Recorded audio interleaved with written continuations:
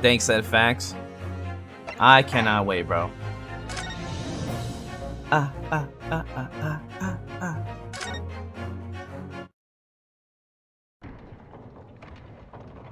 Oh yeah, I forgot we left off here. I think we were gonna go talk to the coroner, if I'm not mistaken. Also, the Capcom showcase was asked. There was no Ace Attorney 7. Yeah, bro. I don't even think that game's real. I mean, we heard rumors about it. Like, did that game get restarted? I have no clue. That game should have. Well, bro, Spirit of Justice came out in 2016, if I'm not mistaken, right? Bro, it's been 6 years. It's been 6 years. It shouldn't be taking this long. Unless they had to rewrite the story or something. Maybe there's news. Maybe Shu Takumi's like, you know what? Let me go back to the main series. And then he saw what had happened. And then he was like, oh, hell no. Fuck this. We redoing everything. The director said they were making it. And then he left the company. That's not a good sign, bro. Jesus. Oh my god.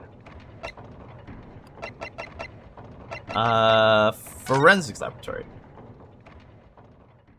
Let me move my mouse.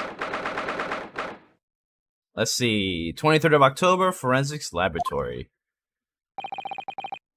I believe this is it. Dr. Scythe's laboratory. That chemical smell really assaults the nose. It probably because these games have started to sell poorly in Japan. And that's pretty... And I understand that. I mean, and what's crazy is that they don't even sell that well here either. So, on one hand, I kind of don't blame Capcom because... I mean, if Japan isn't even buying it, like, who are we making this game for? George and Richard? Like, like pretty soon, at some point, it's just gonna be us buying these games. It's just not a popular series anymore. I mean, not that it was like a huge series, but it's just, I don't know. It's just us. Oh my god. It sucks. I hope at least they could give Ace Attorney 7, you know, don't cancel it. Don't Mega Man Legends 3 it, where it's already made, but you don't release it, or it's in development, but you don't release it. Please don't do that. And there's plenty to assault the eyes in here, too. It looks as though the doctor isn't here. But we're here now, so we may as well do some sightseeing, don't you think?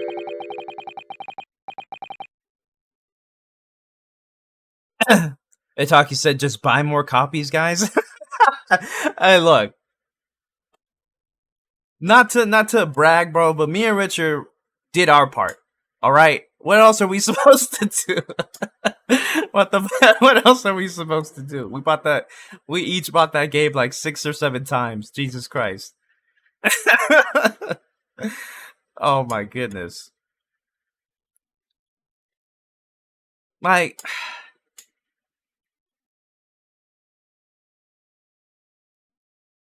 I bought one of this anyway, LOL. I know you did. I think Jay also bought one as well. And I appreciate that you guys are supporting the series, even though you guys aren't really fans of it. But it's just sad to see, man. Even certain streamers that used to play the old ones. That's probably why the series went multi-plat, to see if it'll reach a wider audience. And, you know, The Greatest Attorney, from what I understand, sold pretty well. I mean, did it do, like, amazing numbers? No, but I think for the series, it did pretty well. Considering that this game doesn't have Phoenix Wright in it, you know? It sold pretty well, so I don't see... I don't know. It's just a genre that's not really, like, a huge one. Like a lawyer, detective, point-and-click game. Even though, you know, there's a lot of good games. There's good games in this series. There's some bad ones, sure, but... Oh shit. Quick shout outs to the DC podcast for retweeting the stream. Appreciate you. Thank you, Richard. Shout outs to Julio for liking and retweeting the stream. Appreciate you. Appreciate you. Richard said people don't want to read; they just want to play Fortnite. Oh my god! Like they're about to play Ace Attorney, bro. But then they heard the news about the no build mode. They're like, you know what? Let me go ahead and hop on Fortnite. Let me go ahead and hop on that no build mode. What Richard, how would you feel if the whole game was voice acted? Do you think people would be more interested in the series then?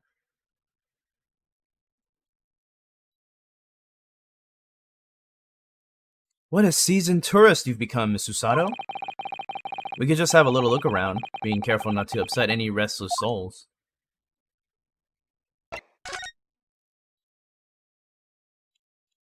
Seriously, you can't examine that? Look at all the bottles on the shelves in these cabinets. What an assortment of chemicals. Richard said, considering the quality of the voices, of the English voices, no. What if it was Japanese voice? What about the Japanese voices? True on both accounts? I mean, people play games in Japanese dub anyway. What about Japanese voices? I mean, and that's another thing, bro. Like Capcom, like, bro, why do you guys cheap out on the English voice acting? I know that Ace Attorney, you have like a few choice words they'd still be reading. True. I mean, but still though, you'd have at least voices associated. Whatever. You're right. What am I doing? I just wish they didn't cheap out on the English voice acting.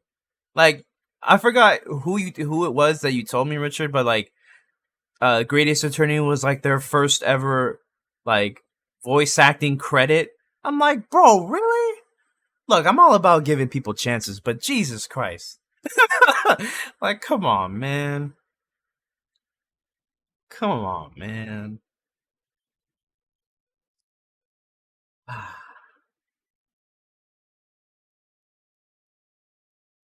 Mark, the main character?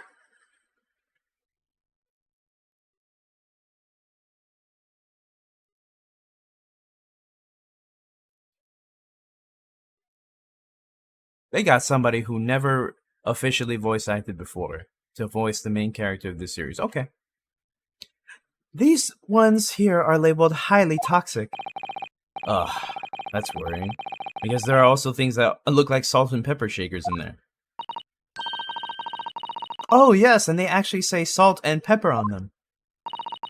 The doctor probably spends a lot of time in this room, I suppose. Perhaps she has meals here sometimes.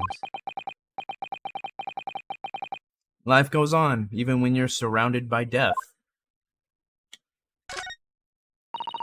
I suppose this is Dr. Scythe's desk.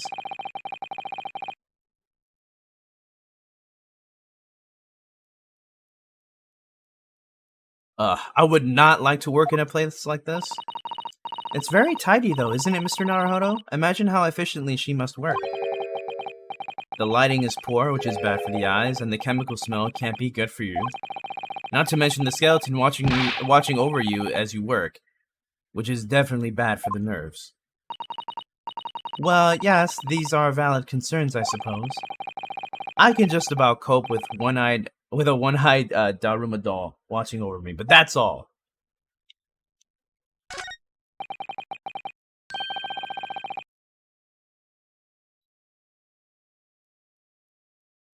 Look at this.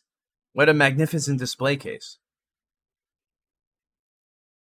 Professor Layton had substantial voice acting, and that was more popular than Ace Attorney, so you may be onto something. I mean, yeah. I mean, because look at other Capcom games. This isn't a Capcom issue. Other Capcom games have good voice acting. But for some reason, with Ace Attorney, it's just maybe because they just like characters don't speak that often, only in certain cutscenes and some words here and there during the game. Maybe that's why, but like in that case, then just make the whole game voice acted. But I guess they don't see it profitable enough to warrant it. Maybe that's the reason. Well, look at this. What a magnificent display case. The cherry wood has been polished to a high sheen, and the intricate carving is a joy to behold. Itaki said, the crossover was good. I bought it because I like Professor Layton. Yeah, I mean, I played it too, but that's just because I'm an Ace Attorney fan. And the Professor Layton stuff was cool, but I was really more there for the cases and the court trials. And that game had like some voice acting here and there during the trial too. It wasn't fully voiced, but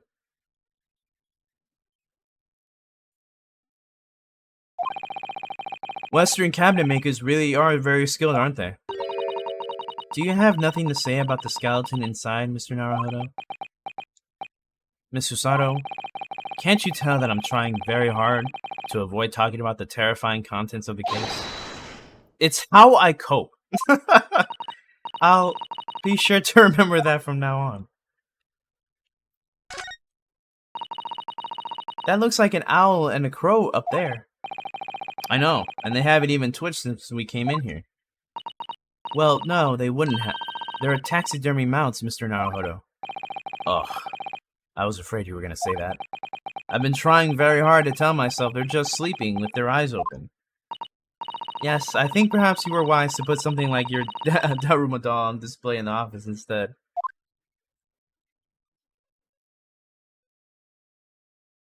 Oh, whoops. Okay.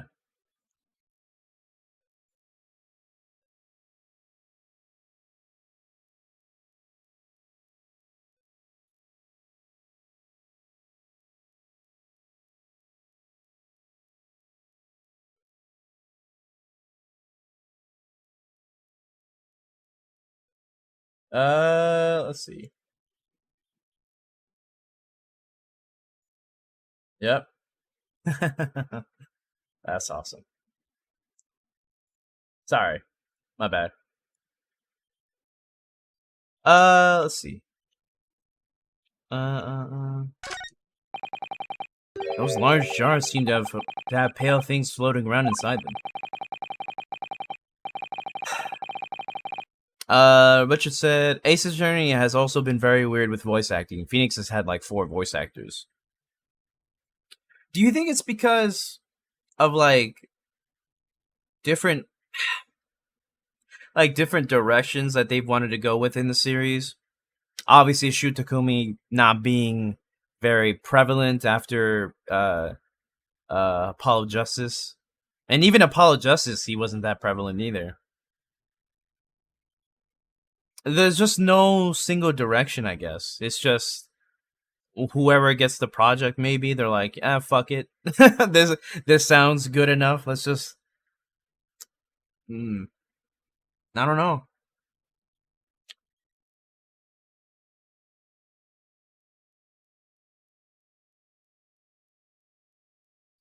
I suppose they're fruit liquors or something. Or like the pickled umiboshi plums we make back home. Ah, Father had jars like that back in his laboratory as well. I expect they're human organs in a preserving solution. Probably as examples of some rare medical condition. Mr. Sano, there are some things in the world that it's perfectly fine never to know about. Ever. Oh. Richard said, one thing I don't understand is Sam Riegel, Phoenix on Dual Destinies and Spirit of Justice, didn't play Phoenix on the anime and was instead casted as Furio Tigre. I forgot who they got for the anime, but it's just like stuff like that. Like maybe it's just the cases of like I don't know. Maybe Sam Riegel didn't have time to be Phoenix, and maybe just a small part was good with his schedule. But if I were to look at it from a pessimistic point of view, honestly. It's probably just because they just don't even know what the fuck they're doing. But it could just be like, you know, well, maybe he didn't have time to be Phoenix Wright, but he had some time to, you know, to play a small part. I don't know, but that literally just doesn't make sense, though. Oh, so as I said, I'm sure there are a few fruit liquors that are in the plushie. Aren't they? They are. Ryunosuke really having an issue right now. Of course. A table and a set of sharp tools. When you consider each in isolation, it all looks quite innocent. So why is it that when you put them side by side, they look so horribly disturbing? It might be best not to ponder it too deeply. Seeing the large tome that's open on the desk does make me wonder, though. How can anybody concentrate on bookwork with this acrid odor of chemicals in the air? You'd either have to have a cast iron constitution or a really terrible sense of smell. Anything else? That look at this big thick book here. It appears to be an accounting ledger. It's a record of the forensic investigation team's spending, I think. Oh? What is it? It's clear that the team purchases various equipment and supplies on a monthly basis, but... Well, one entry seems rather strange. Really? In what way? They're buying 500 scalpels every month. 500? They must be working really hard on dissecting corpses. I don't know. Judicial autopsies are only carried out in certain special circumstances. And scalpel blades can be sharpened too. It does seem a bit strange. You're right. 500 scalpels a month. What could they possibly be using all of them for?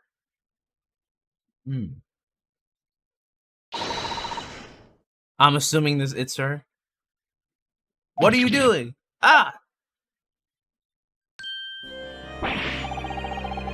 Oh, is this her theme?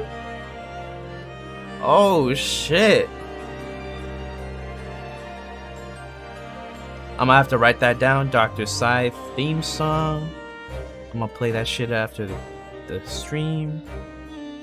That's going into my playlist, bro.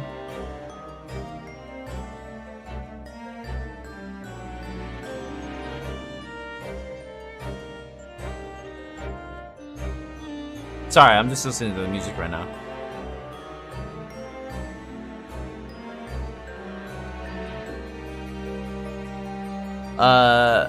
There's another theme in this investigation that slaps. I cannot wait. Sorry, we had something we wanted to ask you, but you weren't here, so you what should I give her? So you thought you'd snoop around. That's acceptable to you people from the East, is it? Well, what do you want? Lord Strongheart told us, you see, that it was you who examined the victim's body. Mr. Asmon's body, I mean. So we came to ask you about your findings, on Lord Strongheart's advice. You know, at first glance, her character design makes me think she's evil as fuck. But I don't know. Maybe I want to say that she's gonna be a villain, bro. But something tells me, I don't know. We'll see. Very well. If the Lord Chief Justice has given his consent, I'll tell you what our investigation revealed. But when we're done, you must leave immediately. Your findings.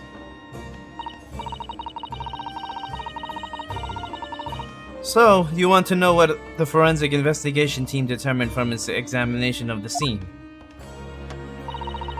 The victim, Mr. Odi Asman, who disappeared from the experimentation stage amid an explosion, and the Mr. Asman who appeared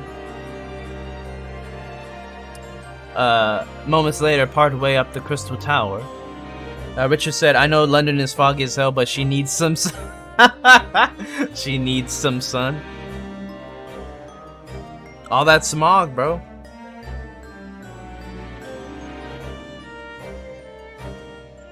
She's even whiter than William, bro. That's crazy. I didn't think it was possible. She's whiter than FB. We're without question one and the same person. That is the team's conclusion. Itaki said LMAO. But that can't be right. I proved it in court. If it was an elaborate trick, we can only speculate about how it was carried out.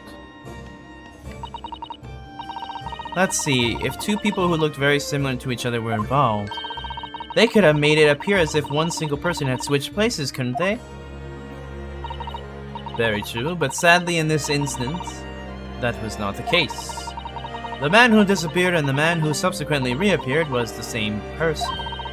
The fingerprints at the scene make that quite evident.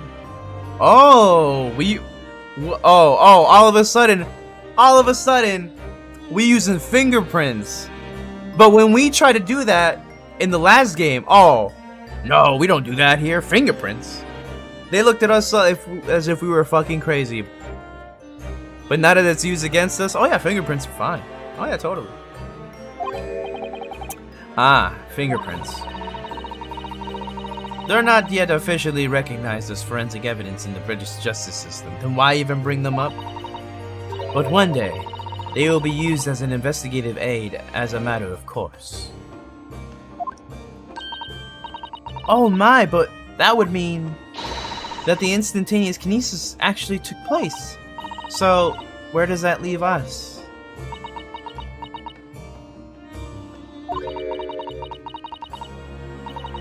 My team was tasked with investigating, not drawing conclusions.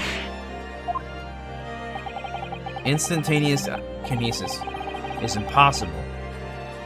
And yet the body did move from one place to another. This hasn't cleared anything up at all. It's made the whole thing even more of a mystery.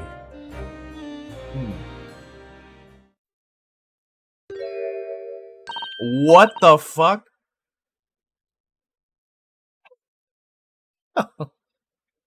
What the fuck? I'm assuming it's a girl? Mama, what is this? Ah! Where did she spring from? And did she just call the doctor Mama? This is a lawyer, dear. Oh. Hello. Nice, to meet you. Pleased to meet you. Yes, I'm a defense lawyer. Ryunosuke Naruhodo. Mama? Oh, it is a girl. Yes? Can I cut the... Oh, alright, I take it back, bro. I take it all back. They are villains, bro. Can I cut this one up? Rude bitch. What? Alright, she has a cleaver. And she has a huge ass knife, bro. I've never seen inside an Eastern person before. I want to know what it looks like. First of all, bitch, I am a human. Second of all, Richard, you're absolutely right, bro. Fuck them kids, bro. Of course you can't. It's a live specimen, as you can very well see. Boring. Alright. I think I just had a near-death experience. Oh dear, Mr. Naruhodo, you're as pale as a corpse. You mean like that bitch over there? Then let's leave before I'm mistaken for one. Nah, we still gotta talk to her. So, what are you doing at the moment, Doctor? Keeping a close eye on things so no impertinent Easterners can think they can look around my office. Are there such impertinent Easterners around? How terrible. Yes, you. She doesn't mince her words, Mr. Sato. I think perhaps it's time we left. Alright, I guess that's it. We on our way out. We almost got cut up and dissected. So it means it's time for us to leave. So where else can we go then?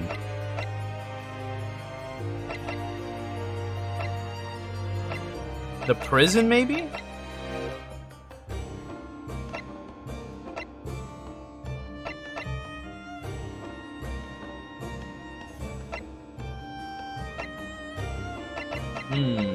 I guess the prison. Never mind. I forgot I talked to this man already. Sholmes' suite? Oh, there we go. 23rd of October, Sholmes' suite. And he's not here. What the fuck? Or maybe he's... Can I move? Here? No, he's not. Maybe over here? No, nobody. You have to find a way to the lab.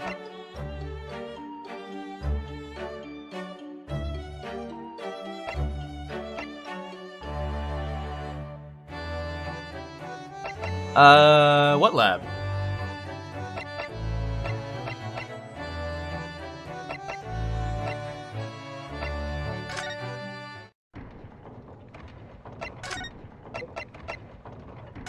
The experimentation stage?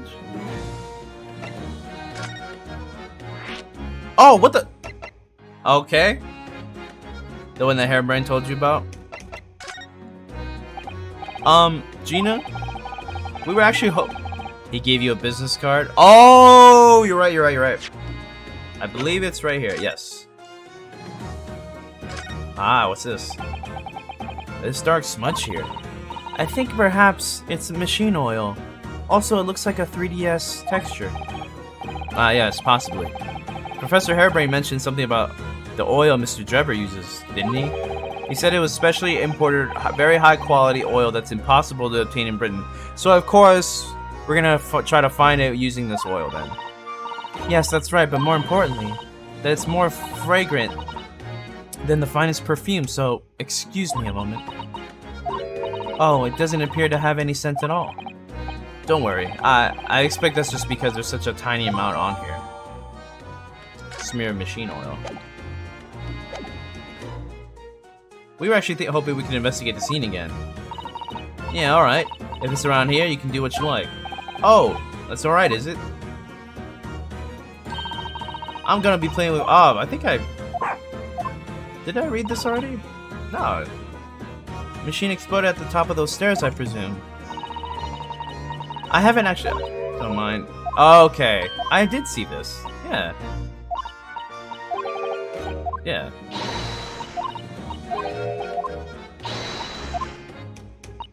Why is the game acting like I didn't? Permission from some bigwig. Okay. Stronghearted. Yeah, so get permission from him. You met him last time. Let's go see him. Waited for 3 hours at the Cove's office and came back sniveling. Tragic. Well, Lord Strongheart has given us permission to examine the scene as long as we... Okay, so we had to go through all that again to go into this. Okay. What did you think about Gina's new profession? It's kind of weird because they did kind of spring it on us, like, oh yeah, here's my apprentice and it's fucking Gina. I'm like, what the fuck? How did she go from a pickpocket to a fucking inspector's apprentice, bro? But I kind of like the character development here. You know, being an orphan on the streets to doing police work and stuff. That's pretty cool. But then I saw, if I remember correctly, fucking Gregson said that he's going to Paris? Like, what the hell? And he's taking Gina with him? That's gonna be fucking weird. Oh yeah, honestly. Alright, then go ahead. But if it turns out you're lying, it'll be the boss who gets it. He'll never eat another chip again in his life. So, you're still saying all of this is above board, are you? I'm sure everything will be fine. That really would be tragic. Alright then, them's the stairs, off you go. Oh, thank you, Gina. Alright, now we can go... If I remember correctly, it's this? Yes, sir. These stairs lead up to the experiments 2016. Find out. 23rd of October, the Great Exhibition Grounds experimentation stage. Oh my, so this is the machine that was used to deceive people into thinking instantaneous kinesis had taken place. Yeah, that's right. Or rather, it was the machine.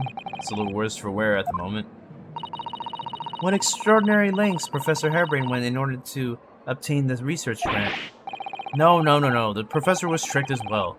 He didn't know anything about it. Oh, yes, of course. It is amazing, though, isn't it? The scale of the whole affair is so very British. You're right about that. You'd never see such a grand deception in Japan, that's for sure. Oh, look, is that... Van Zieks is here? Lord Van Zieks. So, I think we're more or less done here, aren't we? Shall we, Mr. Sato? Already? He is the Reaper, remember? We do well to keep our distance, I think. But we have permission to be here, from the top. We're perfectly well able to investigate this machine, as long as we don't touch anything. From the top? Do you mean Lord Strongheart? Exactly. So we can stay here and stare at this wreckage for as long as we like. She could have been at the center of the explosion here, and it wouldn't have bent her steel will.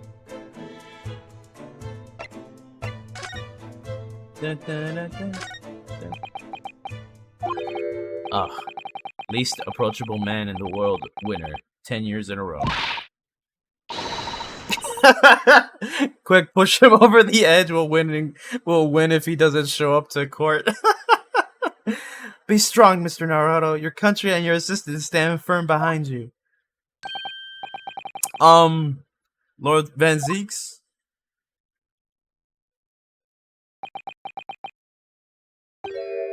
What? Well, beautiful weather we're having, isn't it? I thought I was making it quite clear that I didn't want to be disturbed. Apparently you Nipponese are unequipped to read the signs. Oh, I read them. Why is this theme playing, bro? We're not in court. So, what are you doing here? Entry to this area is prohibited. Ah, well, the thing is, Lord Chief Justice Strongheart granted us permission to investigate, on the condition that we didn't disturb anything. And yet you managed to disturb me. Ah! Never mind. State your business, then. Come to think of it, there are quite a few things I'd like to ask Lord Van Zieks about. Not least of which is that awful case, even though it's nothing to do with it. It has nothing to do with this. Ask away, Mr. Naruto. You won't know unless you try. Your brother Clint. So, Clint. Ah, shit. I don't think this was smart. Was the name of your older brother, I understand, Lord Van Zieks. You Nipponese. I always have to be on guard whenever you're around. So, you've been investigating me, have you? No, it's not like that. Well, alright, it is a bit like that. My older brother was also a prosecutor. He was the pride of the Van Zieks family. But tragically, a vicious killer took him from us. The professor, you mean?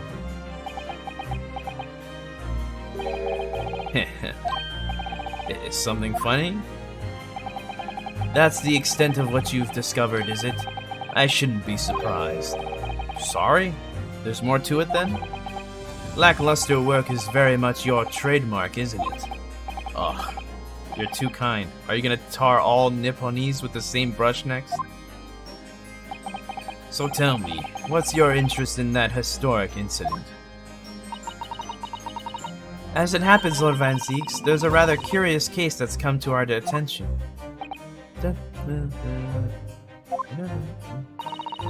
Are you aware that Madame Tuspel's Museum of Waxwork? For by any chance? I am, naturally.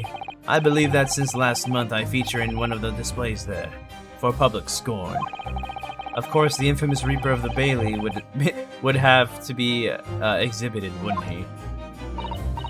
Well, a particular waxwork has been stolen from the place and held for ransom. A particular waxwork? Wait, you mean... I like how his character is like in a shocked pose, but his face is still like the same like blank face. Yes, it's the professor.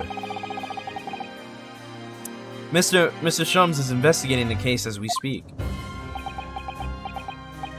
I was unaware of that. He's turned as white as a sheet. Enoch Drebber. Are the police trying to locate the engineer, Mr. Drebber, already? Surely that goes without saying. We're very keen to see him found as well. The trouble is, we don't have much to go on aside from the description of the man we heard in court earlier. Which, according to Professor Hairbrain, was of a tall, thin gentleman who has straight white hair and wears a black monocle. So, I was just wondering. I mean, I realize it's probably not possible, but we'd very much appreciate any more clues you can give us. Wow, Tsusada-san really knows how to take the bull by the horns. Fine, why not? I have a photograph of the man here from an investigation 10 years ago. Oh, he's totally not a villain, bro? Jesus. This is Villain 101. He has a hat and an eye patch. Or monocle, I should say. Though it appears he already had that black monocle at the time.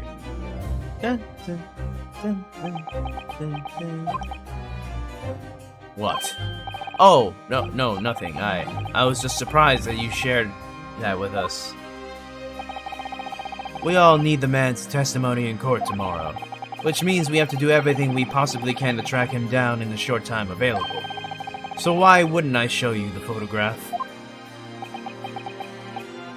What is it about Lord Van Zeeks? Sometimes I just can't work him out at all. The photograph of Drebber.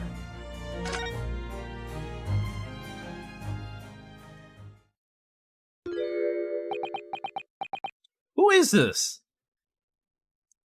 Oh, what's good, Shinobu? Damn, what crazy news today? Hey, I'm telling you, bro. Square Enix fulfilled people's expectations. They wanted Crisis Core Remake, and they wanted Final Fantasy VII Remake Part 2, and that's exactly what they got.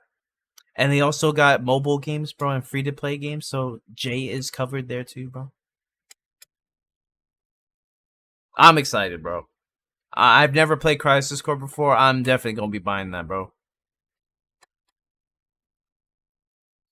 And we get, oh my, bro. Final Fantasy, bro, this is a lot of Final Fantasy. I bet TG's dick is in space. Bro, his dick is in another universe right now, bro. This man crossed dimensions and he's in another world right now, bro. His dick was isekai, bro. It's crazy. Bro, I'm sure Clueless is losing his mind too. Clueless and TG, bro. I'm sure they're like, oh my god. And that's really good. I can't wait. Like I said, bro, Crisis Core. I can't wait to play the remake. I love Mayo.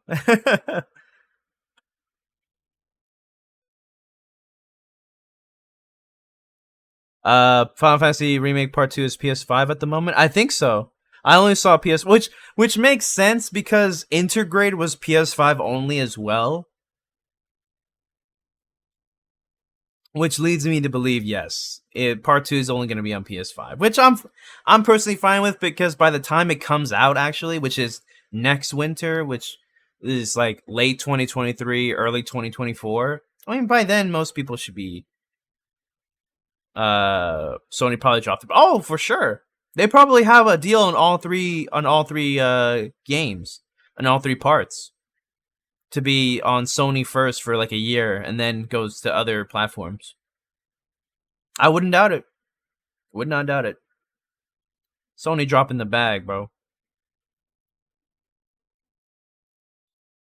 But by the time remake part 2 comes out, Rebirth, just weird, not Final Fantasy 7 Crisis Core remake. Is that not on PS5? It's still a console exclusive. Yeah, that is true. It's not on it's not on Xbox, which, I mean, to be honest, nobody would buy it on Xbox anyway. Is Crisis Core remake not on PS5? That'd be very weird. It's on all platforms. Oh, okay. Oh yeah, I forgot. Richard said Switch, and on all platforms. Oh, okay. Well, probably because Crisis Core remake is probably still gonna follow the original Crisis Core storyline, and that doesn't really apply to the Final Fantasy VII remake since it's a different storyline or an alternate universe type of thing. So they probably like, yeah, you can have it. That's part of the old story. Everybody can have that bitch. But Final Fantasy VII remake though and Rebirth, that gonna be on PlayStation first. I want Final Fantasy VII remake running natively. That's so weird. Bro, I saw people say that. Like they better not announce 7 remake cloud edition for Switch, and it's just like, really? Like, just on memory, like, bro, Final Fantasy VII remake was like 60 or 70 gigabytes on PS4. Like, that shit ain't gonna fit on the Switch or on a cartridge. Oh my god. And I remember everybody was making fun of Final Fantasy VII remake for the JPEG images. The Switch version would be all JPEGs, bro. The Switch can oh yeah, the Switch can do it. The Switch can run anything. It's amazing. All of the textures will be JPEGs, bro.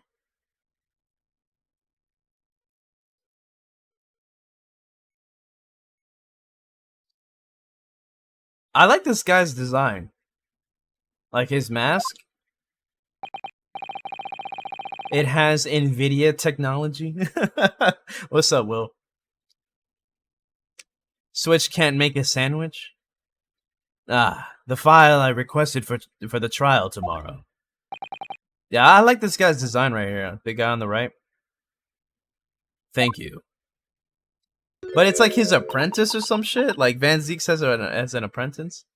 The loading hallways will be extra long in the Switch version.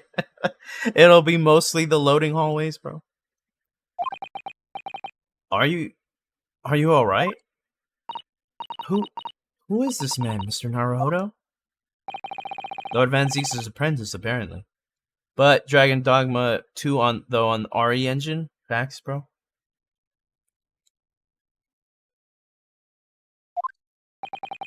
So I'm not the only one.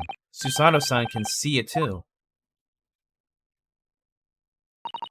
Lord Van Zeeks, may we speak with your apprentice for a moment? With him? Why?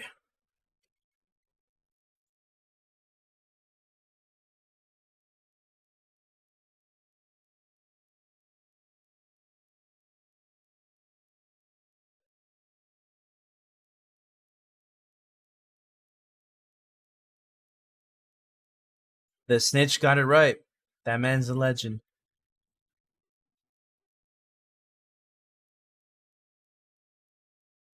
TGS. Oh yeah, they're gonna be showing these games for a while.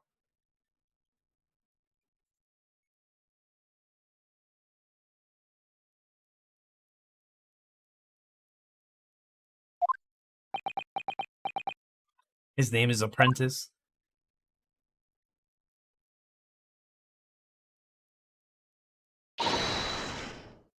How's what?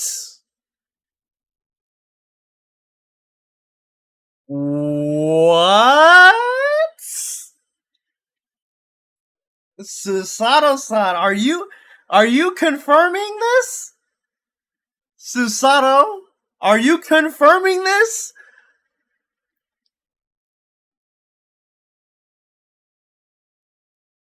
Richard, is this true? Kazuma-sama, don't, no fucking way this is... He died, bro? He died?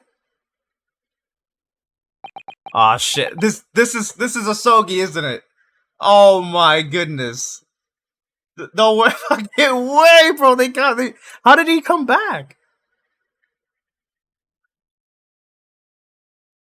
What the fuck? But wait a minute, though. Mentor figures in Ace Attorney always die.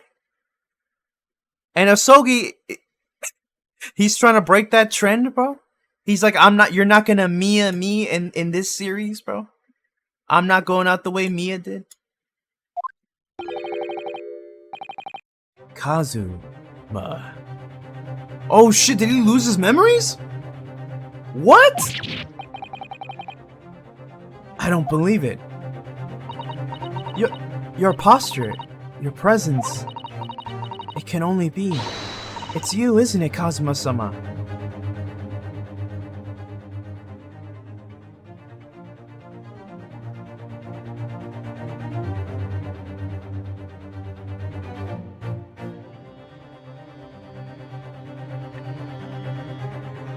My boy Kazuma's back, bro? No fucking way! Remember when I said Case 3 was insane? Oh my god. No fucking, but what is he doing with Van Zeeks though? He's a prosecutor's apprentice, unless he just doesn't remember anything. The apprentice looking like he a part of Organization 13. William said no way.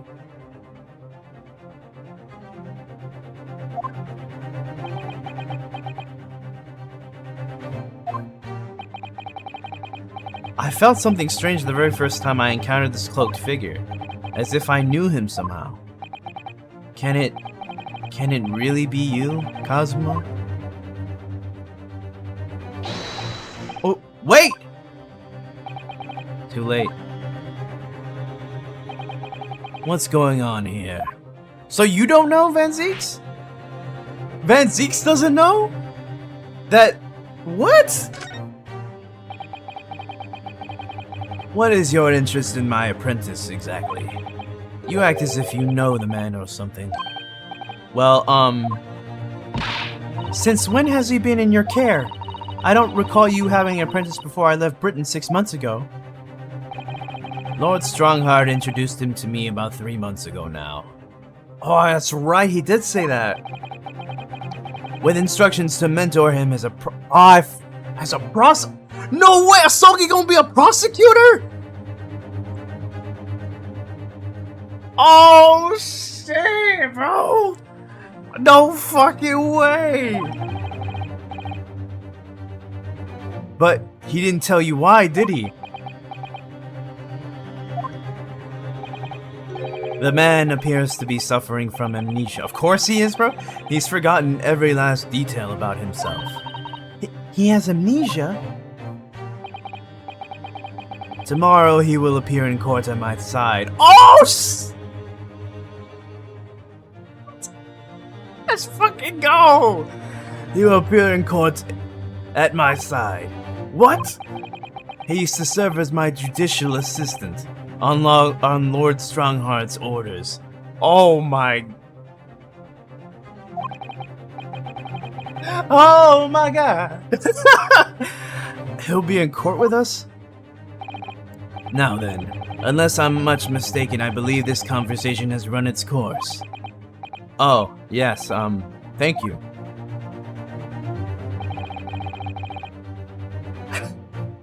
I definitely saw a reaction there. When Susato-san called out like that, it really seemed to hit a nerve. When she called out Kazuma-sama. It only gets crazier from here. No fucking way, bro. Oh my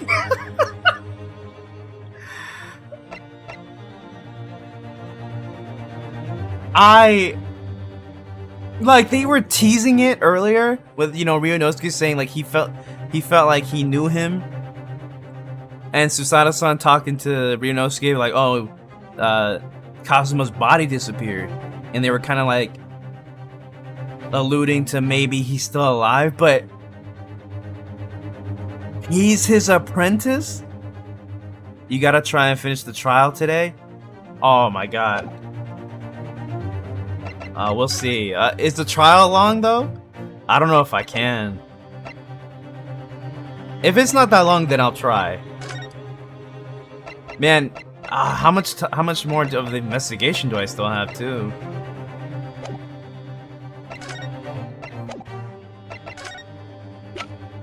Maybe if I present him with this. What's that? Oh. It's a serious. Oh, okay, sorry. My bad, bro.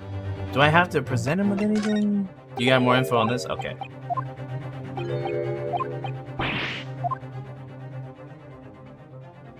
It's pretty long, and you still you still have quite a chunk of the investigation left. Oh, okay. Yeah. It's pretty long. I would think so, because we're introducing new characters into the second part of the trial. It's gonna be pretty long. Yeah. I don't think I'll be able to finish it today, but definitely tomorrow. Definitely tomorrow. I'm gonna try and finish the investigation today, for sure, and maybe do a little bit of the trial. But I'm definitely finishing the what you call it? The trial tomorrow. Oh my god. He's fucking alive. I cannot believe this. Bro, I thought he was gonna be the Mia of the game. You know, the mentor figure who's obviously a better attorney, but they died early, you know, to motivate the main character. That's what I thought this was gonna be, bro. And that's how it was in the first game. I did not think they would do this plot twist and have him come back as a prosecutor? What? I don't think Van Zieks is gonna tell me anything more. Ah, where do I go now? Tough spells, maybe? No. Forensics? Oh, maybe forensics can help? I popped off at this scene? Oh my.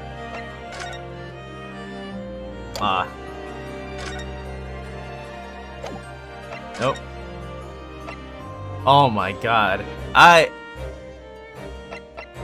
Now I know why you said to play case 3. Jesus Christ.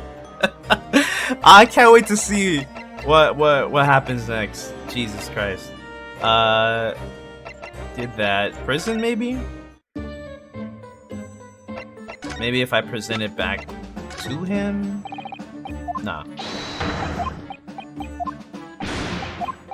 Only person I think who could help me is probably Sholmes. I wonder if he's at his suites.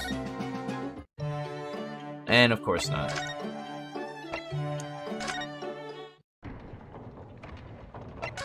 Damn.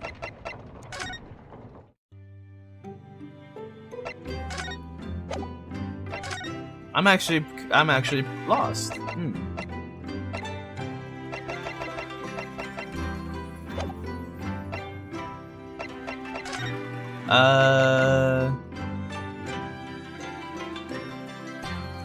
Prison or justice office.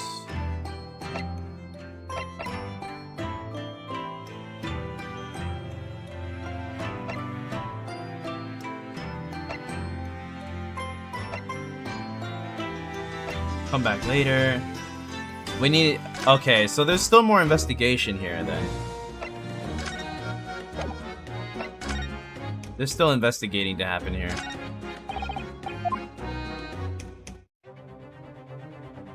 Sorry, Van Zieks, you're in my way. Alright, let's investigate. What a terrible explosion it must have been. Even the steel girders have buckled and twisted in the blast. And what they call the birdcage is right here in the middle of it all, just here. But look, Mr. Naruhodo, that metal grill on the floor. Looks as though it's designed to open. It does, doesn't it? If the floor had opened at the precise moment the explosion occurred, the birdcage could have dropped through and disappeared from sight.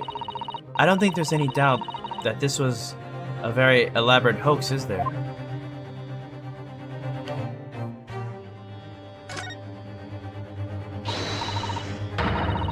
Oh, isn't it exhilarating? All this different architecture from all corners of the world. It does make you feel like a bit of an explorer, doesn't it?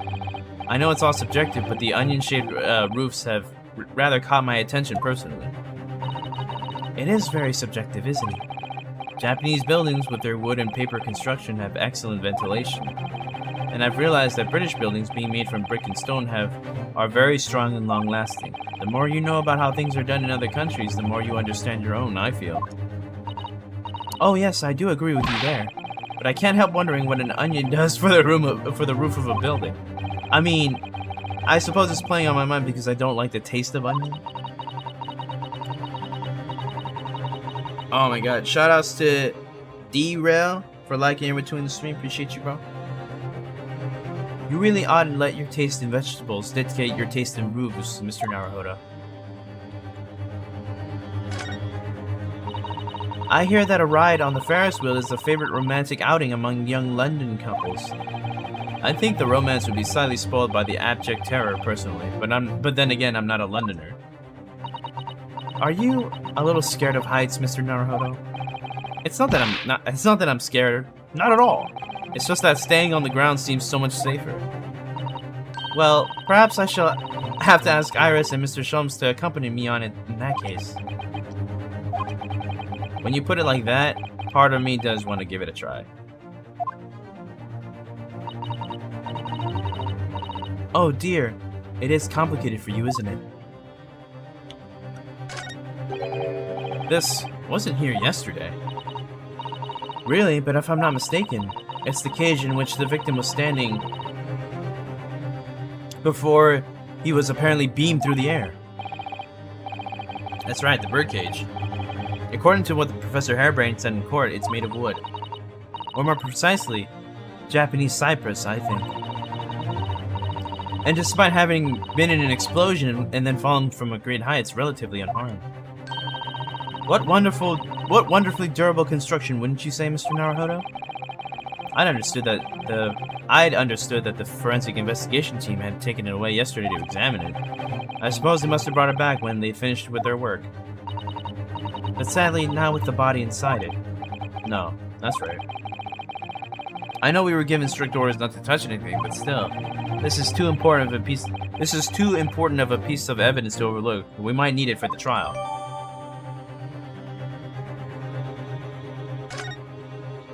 There we go.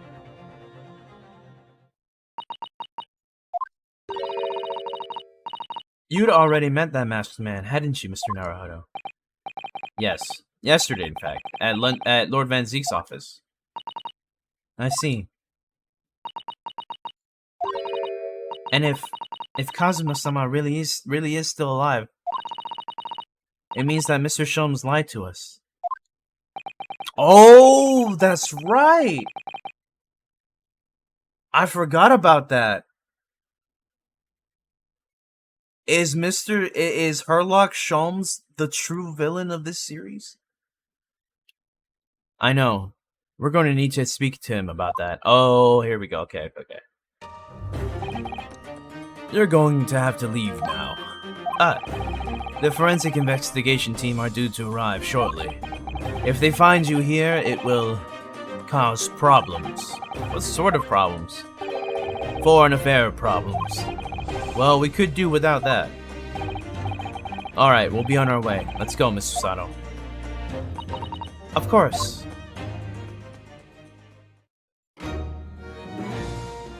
Alright, so is he now here in Tuspels? Oh, of course not. Is he at the suite? Damn, where the fuck is he?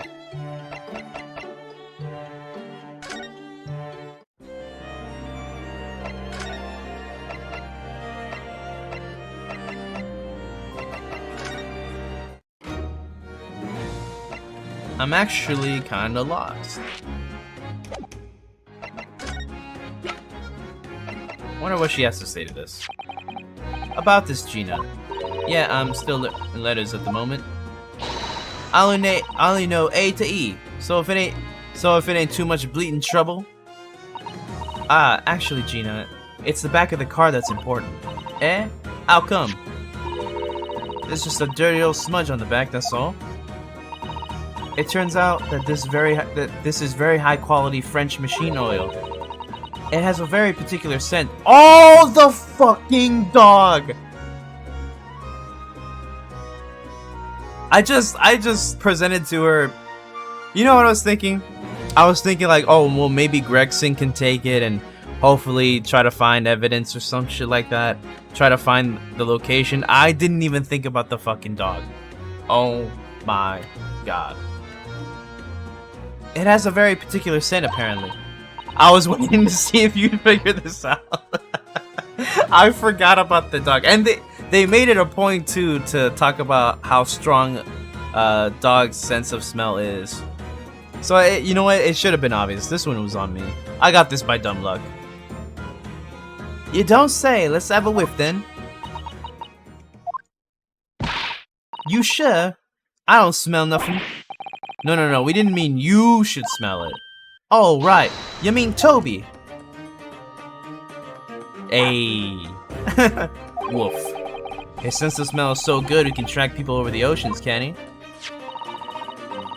Professor Hairbrain informs us that this oil is Toby is actually a dog in the Sherlock Holmes story. He just wasn't a cute little puppy. They made him cute here. They're like, you know what? We gotta have players be like, "Aw, what a cute dog."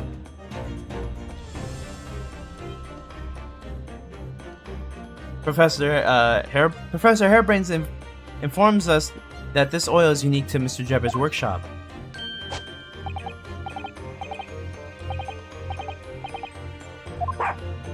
He's like, I got it. He's the missile of this game. He's actually animated, bro. Instead of missile just being a drawing in a corner. I think he's picked up a scent. So you mean if he follows the scent of this oil, Toby can lead us to that dodgy cove's workshop? That's right. That's exactly what we were hoping for. All right then, we'll give it a go. I'll just borrow that. Wait, when did you? Once a pickpocket. If I can lead everyone to that Drebber's workshop, I'll be the boss's boss before next week. Oh yes, Gina. I'm sure you'll be promoted. Poor Gregson. Damn, Gregson's getting shit on, bro. Right then, Otto. Leave it to me. Sorry? We're gonna go after that dodgy engineer Cove right this minute. Oh, but hang on. Someone's supposed to be on guard duty here all the time. I'm afraid we can't help. We need to get on with our investigation as well, Gina. Oh, right. Oh well, never mind. It ain't gonna be me that gets it in the neck. It'll be the boss. Poor... Damn. Poor Gregson. Again. Ready, Toby? Got that oil scent, have you? Come on then, boy. See you later.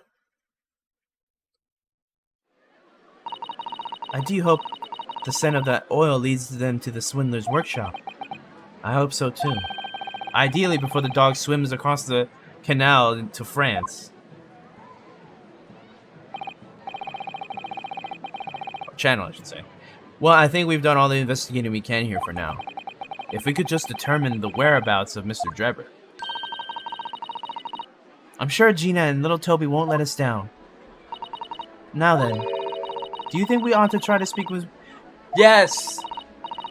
We'd have things to discuss. I'm dying to meet him again after all these months. Yeah, it's quite possible you might know something useful. You're right. We have to find him at Madame Tuspel. Finally! There we go. It's the latest unusual venture.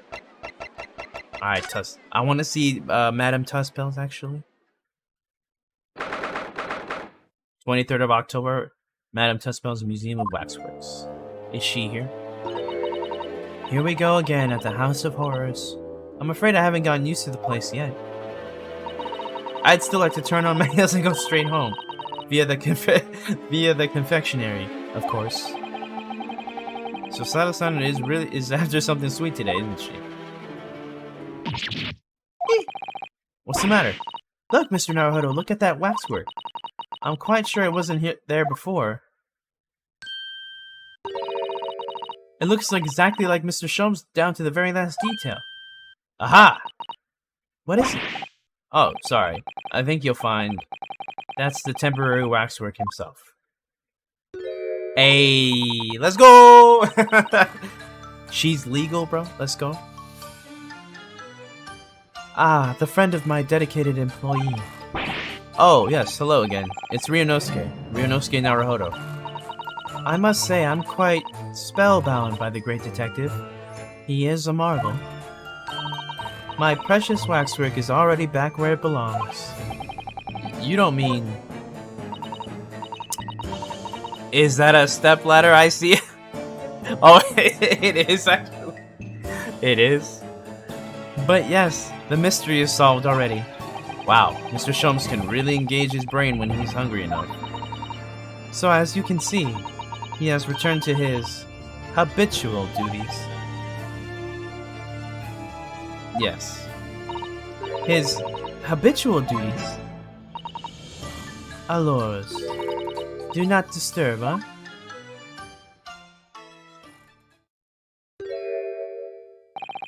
Poor Susato-san. She looks very perplexed. What is this going on? This man is weird. You know what we have to do, right? Gotta examine the stepladder. Ah, there's a stepladder there, look! Oh, yes, a stepladder. I think perhaps we should let the proprietress know that someone's left it out. The stepladder, I mean. Is something wrong? Why do I feel as though I just managed to sidestep an argument?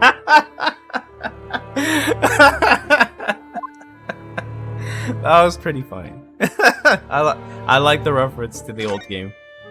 To the old games.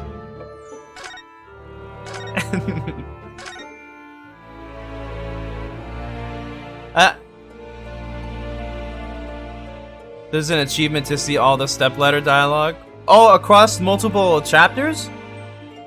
That's pretty cool.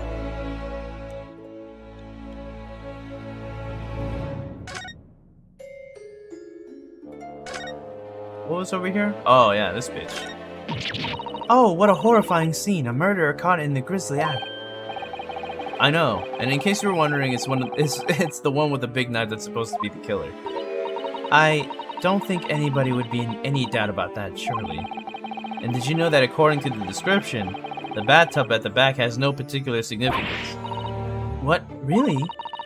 I would have thought it meant to show that the killer also worked in a bathhouse peddling crime wares. Aha! We have a new theory.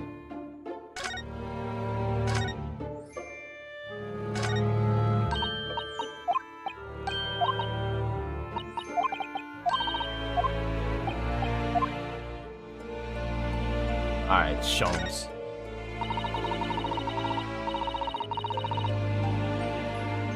We really do need to speak with Mr. Shomes, and I am longing to say hello again, but where is he?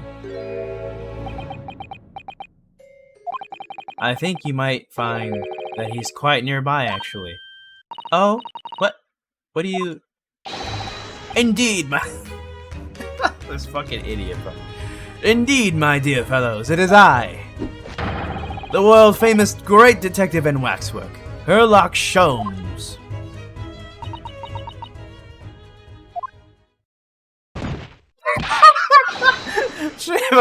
She passed out. Susato-san? Susato-san!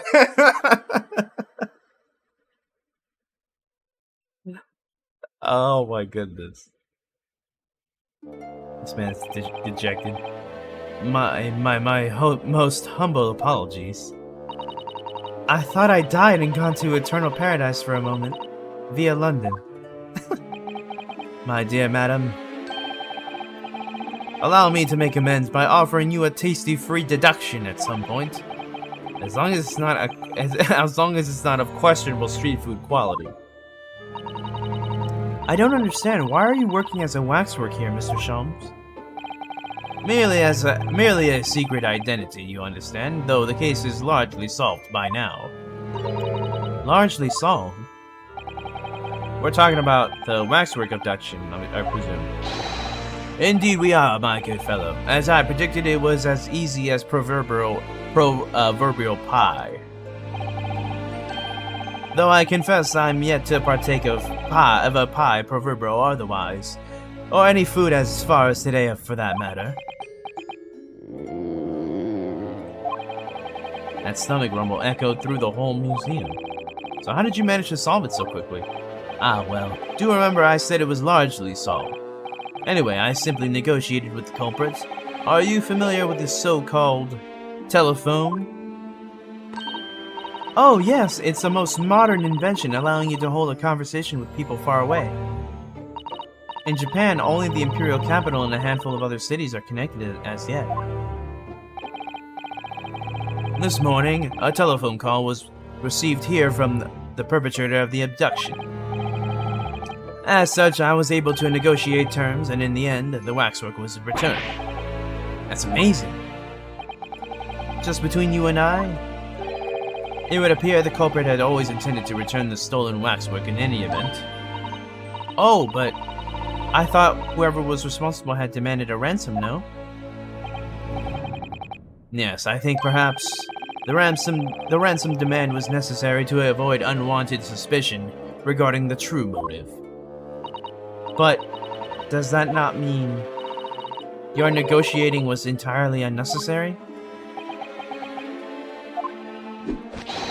A fact that I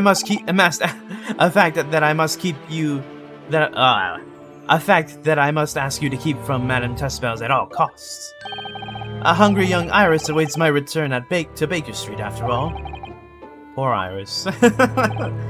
Now then, do I sense that you have some business with this great waxwork? Alright. Enoch Drebber.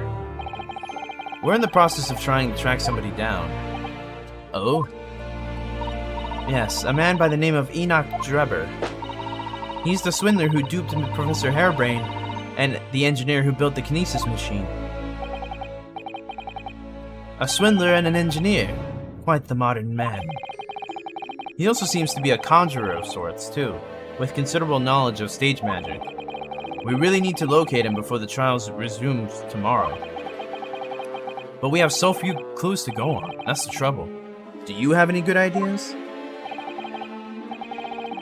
I have no data yet. It is a capital mistake to have good ideas before one has data. If I knew something of the man's appearance, at least I may be able to be in a better position to help. Yes, Trevor's appearance.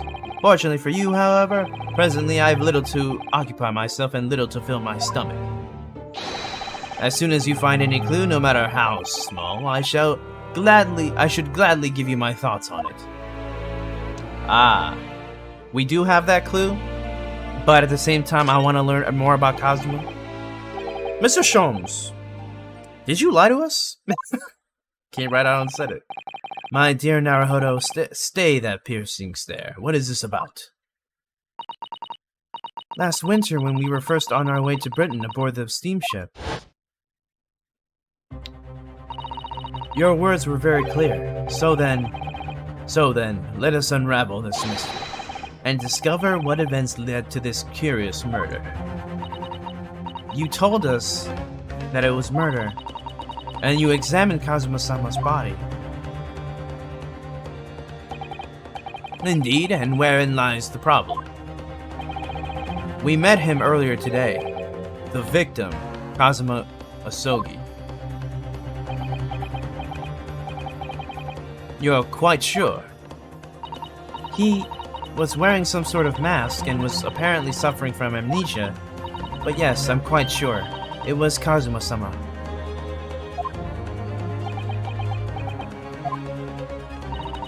You must have known at the time, Mr. Sholmes, that he wasn't actually dead.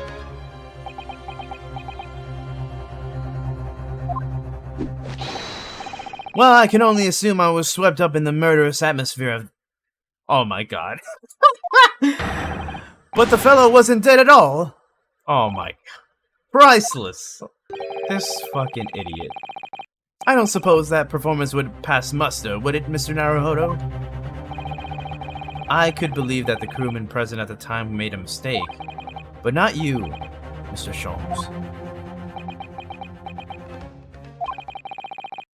I will now tell you something of the first importance, my dear fellow.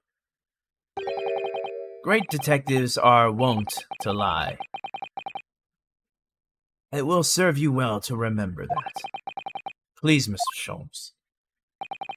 Tomorrow in court, you will find yourself on the threshold of a very great mystery. For now, I'm afraid that is all I can say. Ah, he didn't tell us anything. So he did lie then. Fuck Herlock Sholmes, bro. Anyway, here's your clue, bitch. Mr. Sholmes, would you cast your eyes over this photographic print? It's of Mr. Enoch Drebber, the face of the engineer we seek.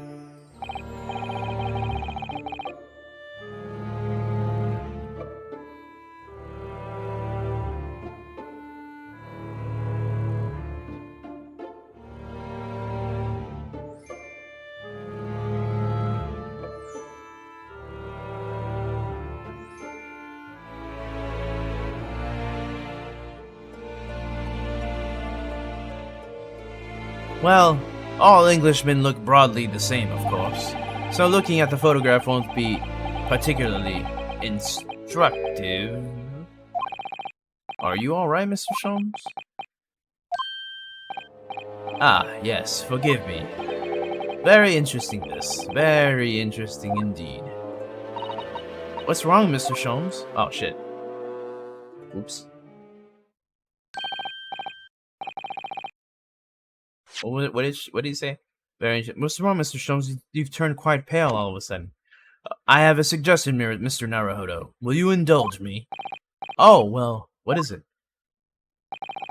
As I explained to you when you arrived, the missing waxwork has been returned, and I personally reinstalled it in the exhibit from which it was taken, behind those thick curtains. Oh, yeah, the professor exhibit, isn't it? Would you like to see it? For a mere 5 shillings, that's a special one-time only price, you understand. What? The opportunity won't come again, I might add. Wouldn't you like to see the fruits of my labor? Oh, well, we do have a rather pressing investigation to carry out. Perhaps we could postpone. The price is a very reasonable 5 shillings. I think you'll find it's well worth it. Are you being quite serious, Mr. Sholmes? Surely you need to only look at my expression to ascertain if this is seriousness or silliness. I can never tell with you. That's the point. Very well. It couldn't hurt. Here's your 5 shillings. Gratefully received. So, the special exhibit awaits behind the curtain. I invite you to peruse it at your leisure.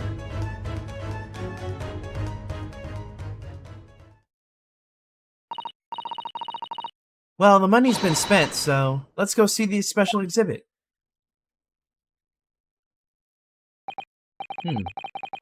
Through those heavy curtains at last.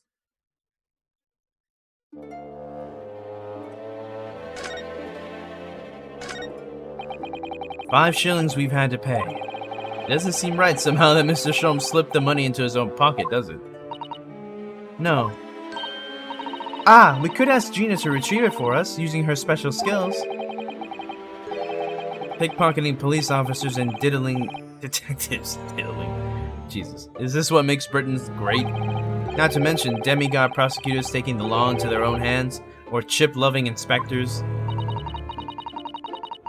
Inspector Gregson comes off rather well in that list, I think. Let's see. 23rd of October, Madame Tussbaugh's special exhibit. What the?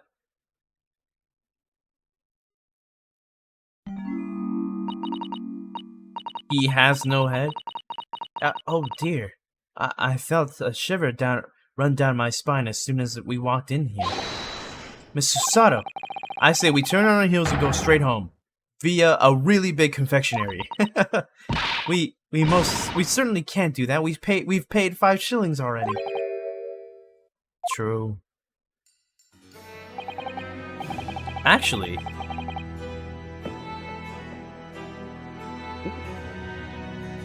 ooh, what's this theme? Actually, now I'm looking a little more closely. We've paid good money to see an exhibit that's clearly incomplete. The nerve of the great diddling detective is far more terrifying than anything else in this place. This must be what Mr. Sholmes meant when he said the case was largely solved. Be that as it may, Mr. Sholmes heavily implied there'd be a clue about the engineer in here, didn't he? But where? Since we paid 5 shillings, let's do 5 shillings worth of investigation, shall we? Yes, we will get what we paid for. Is that fear or frustration? That's making Susato-san's voice tremble. Well, I think it's this guy, right? This part of the exhibit is just as disturbing as the rest. It looks so real. He seems to be a young man in a white overcoat. And he has a large shovel in his hand too, look. Perhaps we should investigate it in a little more detail.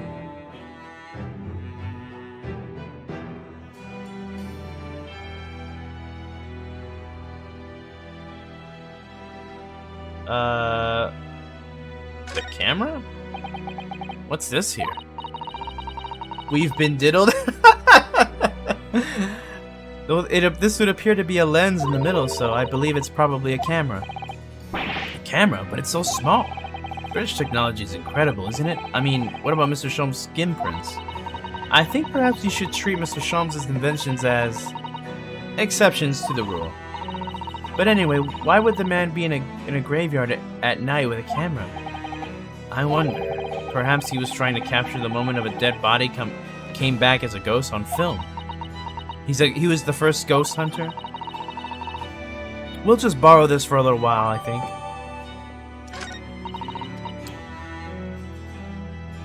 By looking at the photographic plate inside the camera, we can see what picture was taken. What's a photographic plate?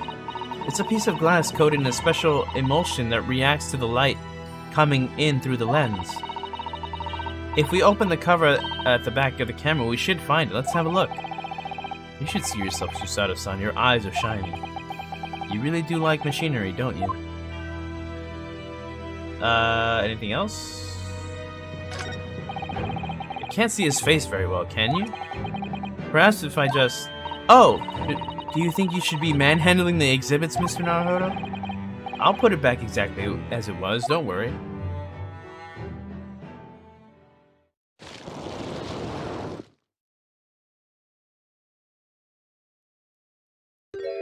There he is.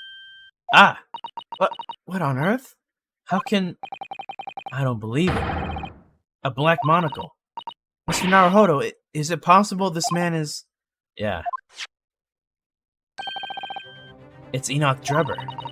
The color of his hair is different, but it's unmistakably him.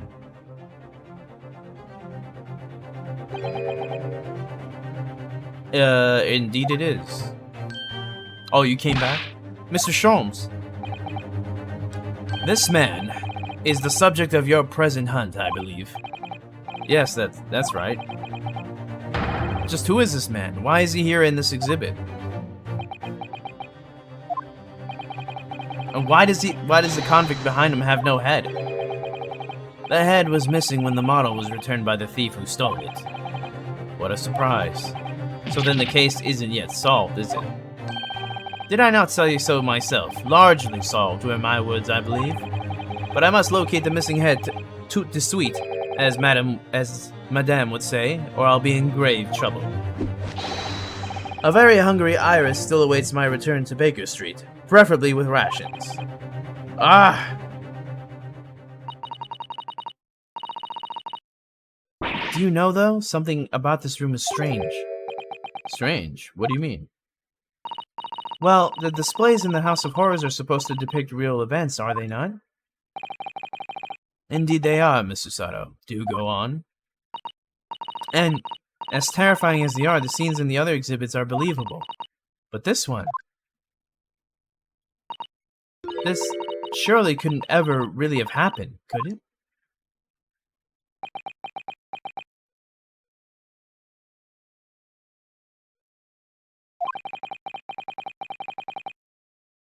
I think it's time I educated you a little about the nature of the incidents involving the professor 10 years ago. The resurrecting convict. I believe I told you a little about the professor yesterday, did I not? He took the lives of 5 victims, everyone being either a member of the aristocracy or royalty.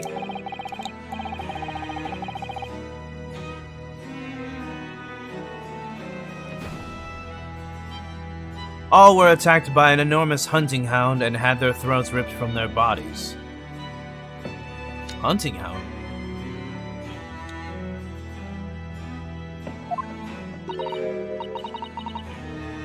Well, actually, let me fall back. Oh gosh, an enormous hound. How awful. Well, actually, let me just say it. An enormous hunting hound who was killing people. Is that related to the dog collar that had blood on it?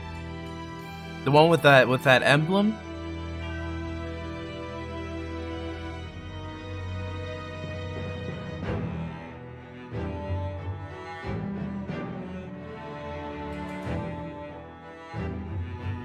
But who owned it, though? I mean, the professor, but who is the professor?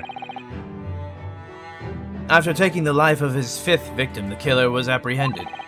It was a case of unprecedented magnitude in Britain, you understand. Accordingly, the professor was tried in a closed court. No members of the public were permitted. A closed court? So you mean that the professor's identity... As you surmised, my dear fellow, his identity was never made public. Naturally, he was found guilty and was summarily sentenced to death by hanging. He was buried in a grave at Lowgate Cemetery, which adjoins the rear of the prison where he had been held. Does that ring any bells to the first game?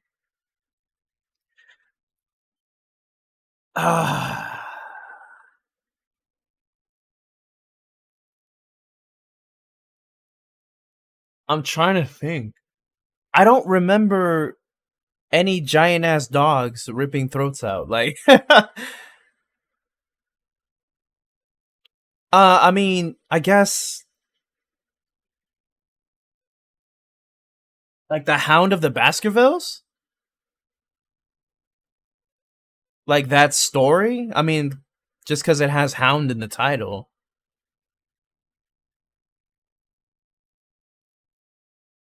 Like, is that why Sholmes doesn't want it published? Because it has something to do with that killer hound and how it ties with the professor? Because he's being so secretive about it. However, that was not the end of the affair. Oh. The very night that he was buried, the convicted man came back to life. That's the one the collar also had a B on it. So, okay, so that's the story that he forbade Iris from publishing, and the one that he hid in the 5th case, in that pawn shop. So it was, okay, so we're actually getting answers to that case then.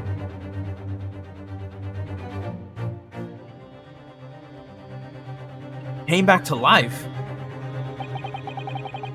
He clawed his way out of the ground and emerged into the moonlit grave. The exhibit here depicts that very scene as described by the sole witness to these chilling events. There was a witness, but of course, my dear fellow, it was none other than the young man in the white overcoat, Enoch Drebber. He saw it happen.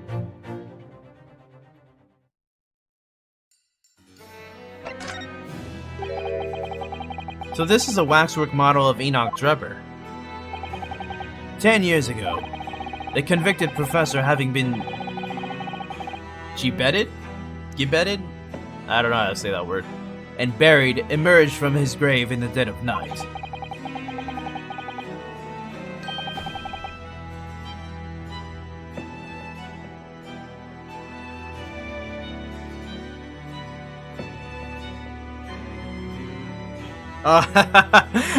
TG, I'm on Twitter right now. TG just posted on Twitter. I've never been so excited for a game than this. Square Enix, you guys fucking nailed this showing. Words cannot explain how excited I am. And he has like the crying emoji. Bro.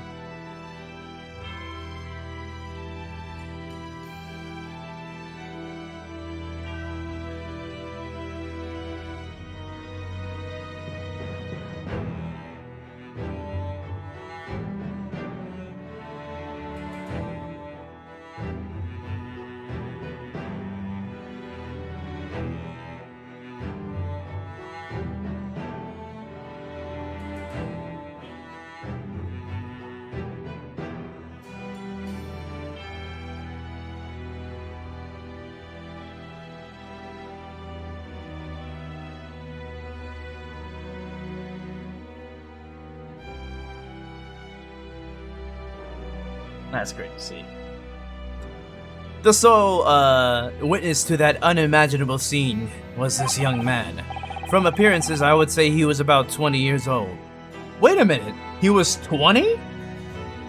And that case happened, what, 10 years ago or something like that? Why does he look so old then? What happened to his hair? What the hell? It's so horrifying. Scared out of his wits, the young Drebber ran to the nearby police station to report the incident. And the sheer terror of what he'd seen is said to have turned his hair white overnight. Ah. Yes, as shown in the photograph we have of him.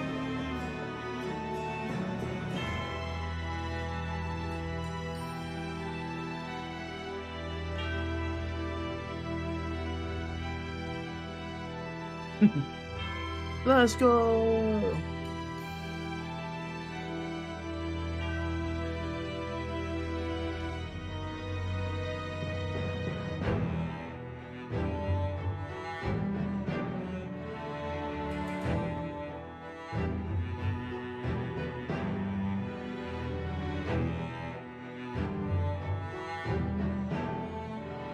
Yes, as shown in the photograph we have of him, his hair is completely white. For the following few days, the story of what he'd seen was on every front page in the capital. The public was frantic for every last detail about the killer who'd come back to life. As you've seen, an exhibit was even created here at Madame Tuspel's. I can quite understand why the man's hair turned white, certainly. But what I don't understand is what Mr. Drebber was doing in the first place. In the lonely graveyard in the middle of the night. Yeah, what was he up to?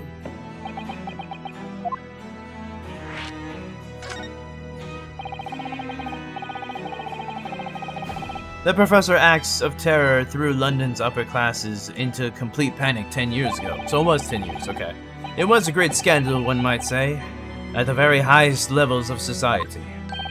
And since the killer's identity was never made public, rumors abounded. After all, no killer had ever before systematically employed a dog as a weapon of murder. Yeah, I can imagine the impact the case must have had, but in the time, of course, the rumors abated. So too did talk of the shocking witness account of the convict who came back to life. It was forgotten, dismissed, as a dubious ghost story, as a preposterous parlor tale. But why did people stop believing it? Why? Simply because there was no resurrection to speak of, as established in fact. What do you mean by no resurrection? The police investigated the grave of Lowgate Cemetery and published their findings. The convict's body was found to be buried exactly where it had been following the execution. No, but that would mean Mr. Drebber must have lied to the police and the newspapers. That would appear to be the only logical explanation, yes. The young man subsequently vanished from society and nothing has been heard of him since. It's rather striking, then, that he should resurface now, don't you think? Of course, the convicted murderer couldn't really have come back to life. That's not possible. But Trevor's hair is unusually white, and if that really did happen overnight, that's as a result of shock. It's hard to believe that the incident was an out-and-out lie. Interesting.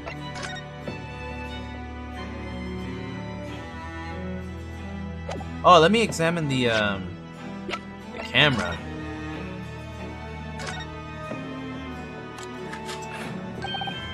Oh, look, the cover came open. Yes. Now, there should be a glass plate inside. You have to change the plate with each new photograph you want to take, you see. Is something wrong? There is no plate. It's been removed. Ah, what a pity. But I suppose if you think about it, this wouldn't be the actual camera that was used at the time, just like the waxwork isn't the actual person. So we'd never have found a photographic print of the executed convict coming back to life anyway. Oh, yes, you're quite right, of course. Poor Susato-san. She looks devastated. God damn it.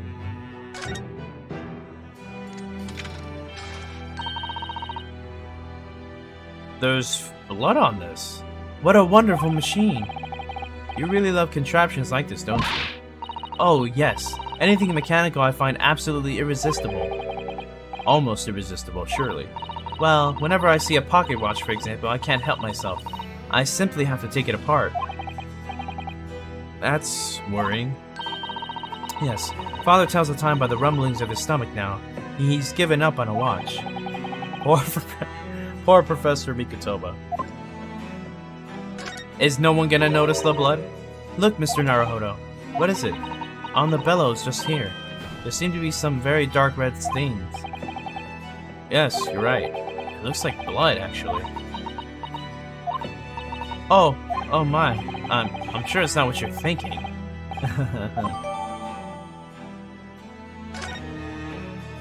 What else could it be?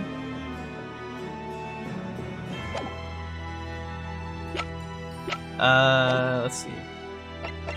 Anything else to examine? This must be the killer, the fiend known as the Professor. Yes, I think so.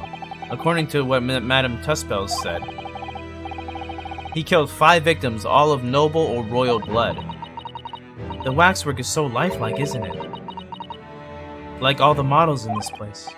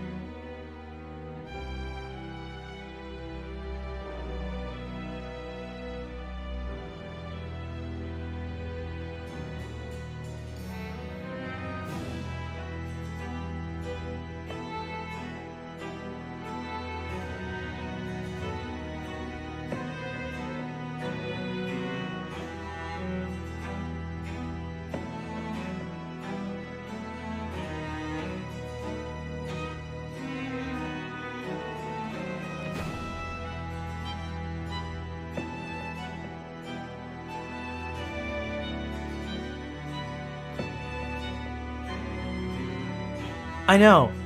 Oh, I know. It looks like it could start moving at any moment, doesn't it? If only it had a head. If it had a head, that is. Perhaps we should examine it in a little more detail. So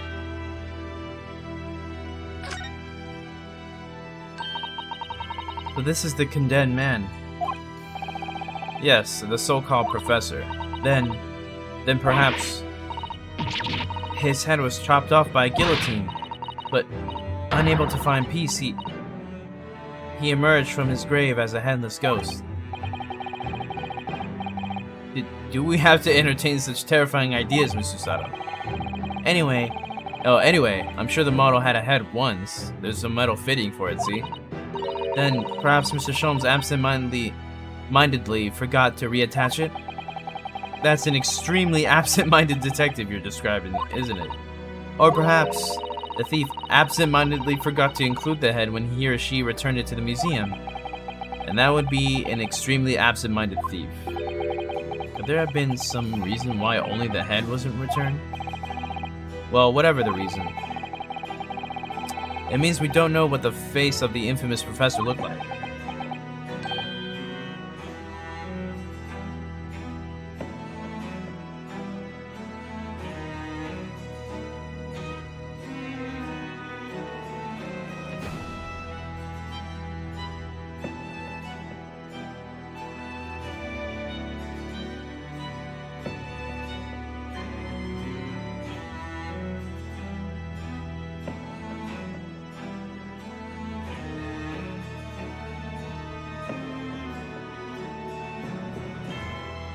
Oh, there's something caught on the inside of the convict's jacket here. It looks like a piece of broken glass, and quite a big piece too. It's very thick, isn't it? About 5 times thicker than a normal window glazing, I'd say. Where could such a thick piece of glass come from, I wonder? I suppose it must have been made thick to increase its strength, but why? Well, perhaps because the glass had to span a particularly wide area, such as in a building, for example.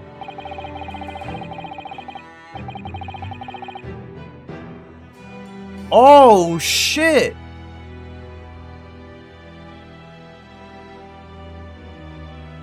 Is this glass from the Crystal Tower? What the fuck? And some of the glass was broken too. You don't mean... Exactly, the Crystal Tower at the Great Exhibition. But why would glass from the Crystal Tower be lodged inside this waxwork's jacket? It makes you think, doesn't it? Interesting. Earlier in court, we established that the kinesis experiment was a trick. And now we discovered this fragment of glass here in this waxwork. Is it just a coincidence? Anything else?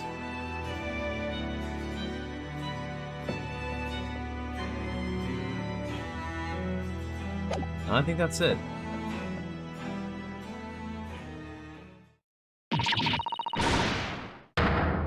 Oh. What in the bleeding Nora, Otto? What have you gone and done? Gina, what are you doing here? You still have that? I asked Iris and she said this is where you'd be, so... Oh shit! Gina, not so loud in the museum. Madame Tuspel will have you take a position as a waxwork if you're not careful. I think there might be more pressing concerns. I still had some flash powder left from 6 months ago, so... Alright, Gina, we understand, but please put down the gun. Jesus Christ. Sorry, I got scared. You should try being the one on the other end of the barrel. So, what brings you here, Gina? What brings me here? What do you think? We found it. We found that dodgy Cole's workshop. What? You found Drebber's workshop? Yup. Toby's nose took me straight there. And Boss and the others are heading over there now in a drag, so come on. Here's the address. I got the boss to write it out. Oh, thank you, Gina. We'll make our way there at once. Oh, that's a new animation. Alright then, see you there.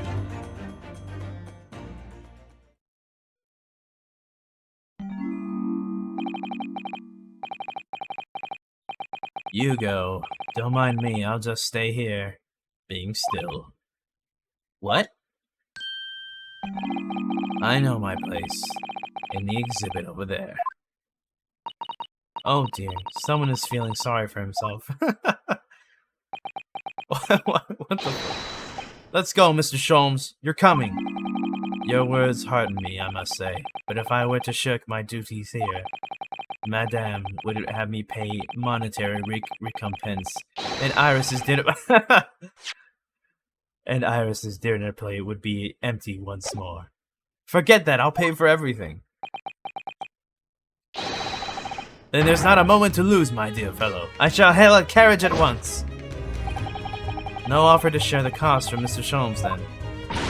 I shall gladly pay half, Mr. Naruhodo. Thank you, Mr. Sato. Right, let's go.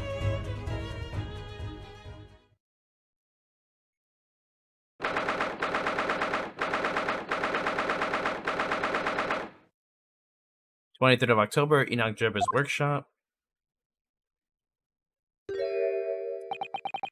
Ah, that looks like... Oh, it's another super high voltage instantaneous kinesis machine. Indeed, it would appear so, though only a prototype, naturally. Ah, so you got here then? Gina, well done for finding this place. And in such little time, you've really worked your miracles. It's Toby here who's the miracle worker. Woof. What the hell? Why is his eyes? I've never seen him with his eyes closed. Ah, I thought you lot would show up before long. Hello, Inspector. That's one knitted brow. He looks like he's eating a lemon, not a bag of fish and chips. So, Inspector, is there any sign of the engineer? Sadly not. We didn't find a soul in here. Oh, what a shame. Well, thank you for letting us know about this place. You know it's bad when the dog has the best voice acting in the game. They spent more money on the dog's voice actor. Jesus. According to what Gina tells me, we only found it thanks to a clue that you lot turned up. I wouldn't want to say, go to Paris with a debt of gratitude unpaid now, would I? He's really going to Paris? Thank you. Anyway, if you're hoping to snoop around in here, I'd get cracking. Lord Van Zeeks and the forensic investigation team are on their way here as we speak. Them again. I imagine you've got the picture by now. They don't take too kindly to the lawyer types. Yeah, I think we got that message. Right. So then, my dear fellow, let's turn this place upside down whilst we have the chance. And you, Sholmes. Pardon? They take even less kindly to great detectives than they do to lawyers. Very droll, Gregson. Very droll. But you may consider me nothing more than an inconspicuous waxwork model. Right then, let's see what we can find in here. Alright, so let's look around the scene. Obviously, this is the obvious thing. I'm sorry, Mr. Naruhodo, that machine is covered by... Oh, there would be serious... Oh, okay. And these two are just looking at it. These... Well, those two don't seem to be holding back. It's quite hollow inside. No working parts or devices of deception to be seen, my dear fellow. No loose chains dropped on the floor or nothing? Not even a bone for Toby, eh, my dear fellow? British people are very much ruled by their own ideals, aren't they? I think that's just these two, Mr. Sato. Model airplane? What on earth is this? An aeroplane. An aeroplane, Mr. Naruhodo. One day, scientists believe it will allow humans to fly freely in the skies, especially on Spirit Airlines. Is that how the trick will be described, is it? Sorry? Well, it's actually suspended by a thin but very strong cable, isn't it? Oh, well, this model is, yes, but the real airplane would actually fly high in the sky. While suspended from somewhere even higher in the sky, of course. Because large metal objects obviously can't really stay in midair unsupported. So to you, the solution is ever taller towers? Ah, this appears to be a most interesting. Yes. Most interesting, would you say? It's an impressive looking back massager. That's back massager? I've no doubt that if you hit your shoulders a few times with it, your aches and pains would soon go away. What the fuck? It's a Royal Society trophy for excellence in science. A young scientist could wish for no higher honor. Ah. Would you like a massage? No, I'm fine. Thank you. I had no idea it was such a grand thing. I think it's becoming increasingly clear that there's much more to this Mr. Enoch Drebber than conjuring tricks. I couldn't agree more, my dear madam. And how about you, Mr. Naruhodo?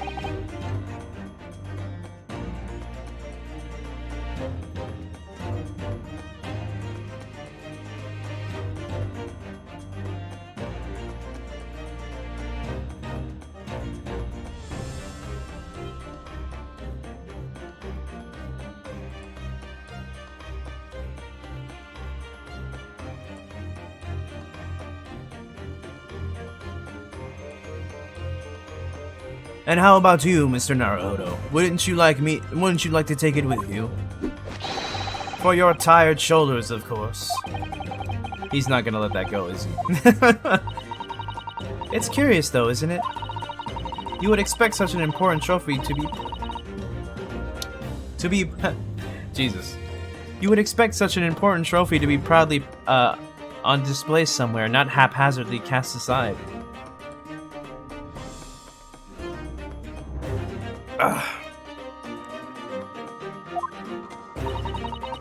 English gentlemen can be quite a mystery at times. Alright, anything else? Oh, bow and arrow. Oh, not just arrows, I should say. This is... it's a European-style quiver of arrows with steel bolts inside. Gee, I wonder if those are for the crossbow we found? Do you suppose... Crossbow bolts, these. And just the right size for the bow you lot turned up at the exhibition grounds. In other words... Yep, there's more evidence to support your theory. It all goes to show that Drebber was the one pulling the strings behind the scenes of the whole scam. I knew it. Okay, nothing there. There is a ladder. They don't let me examine the ladder? I'm sad. Oh, look up.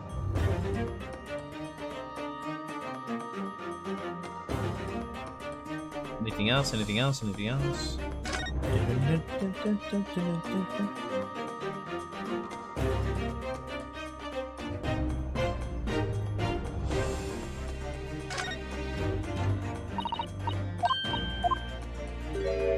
Okay, so this is this.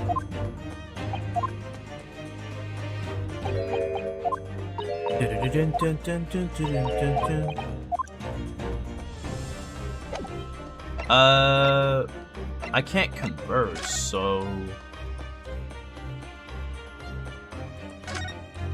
maybe the window?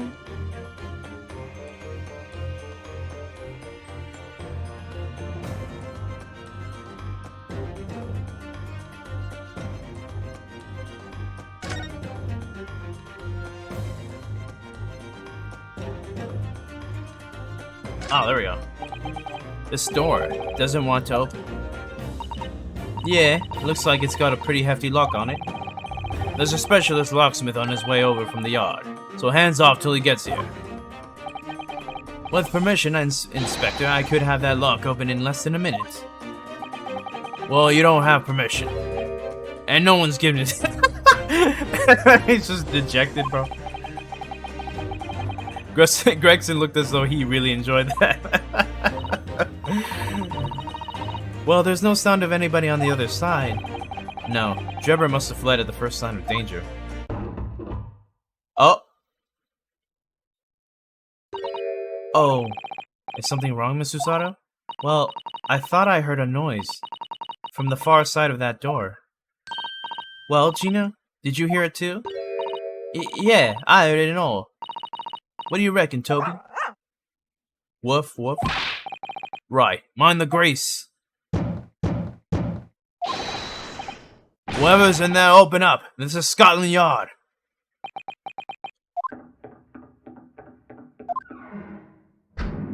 Great. They left. Oh my. Someone is in there. Ah, this rotten, bleeding lock. My dear Gregson, as I said only minutes ago, if only it were countenanced, I could unlock that door in less than a minute. Fine, I'll take the rap for it. Just get us through that blasted door. There, you may enter at will. Damn, that was fast. You've confused minutes with seconds, I think. Jesus Christ. Time is of the essence, I feel. What are we waiting for? Nothing for it, I suppose. This is an emergency. There's a strong possibility that beyond that door is the engineer you all seek. Be prepared for action, my dear fellow. Yes.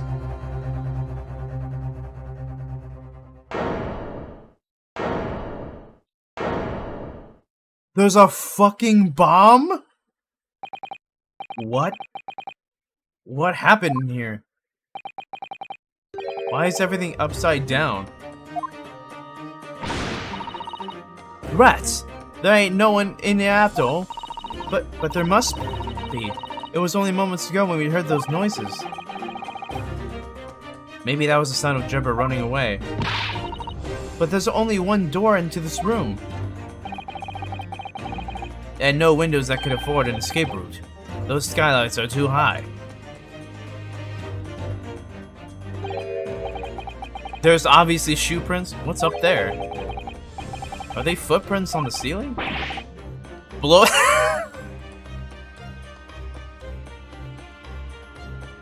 Gregson, this is the wrong time to be asking that. This man Gregson, bro. This man wild. He's like, I don't give a fuck what's going on right now. Below me? What are we here then? So stupid.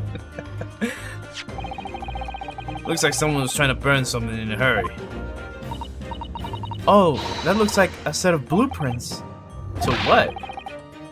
To that Professor Harebrain's bombing machine, is it? Blimey, if we had these, there'd have been no need to muck about trying to investigate all that scrap metal. Gregson bricked up right now. There is something of great interest in here, too. This rope was lying on the floor at the foot of that pillar. A rope? What's the significance of that? Never mind. You see, but you do not observe, Mr. Naruhodo. We must investigate the entire room thoroughly, and before the forensic investigation team arrive too. Is no one gonna address the bomb in the middle of the room? You know what? Me either, bro. I'm gonna check everything else. That's a really lovely model. It looks just like a real flying balloon. I think it's probably staying aloft on the same principle as a full-size balloon, using gas. A green flying balloon. It does have the hallmarks of that amazing deception at the Great Exhibition. Doesn't it? Could it be that the whole thing was planned here in this very workshop?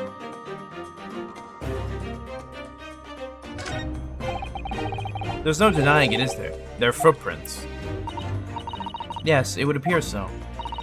And I simply can't imagine how they came to be there. Isn't there a Susato shoot-up or something? Like a Susato takedown, I mean? I'm no Wonder Woman, Mr. Naruhodo. That would make her almost superhuman, I suppose. Anything else? Almost every piece of furniture is upside down. Even Mr. Sholmes' suite isn't ever in this much of a mess. You're in no position to comment on mess, Mr. Naruhodo. But I suppose it's not quite the same thing, is it? I mean, it's not messy in here per se, it's that everything is literally upside down. But why?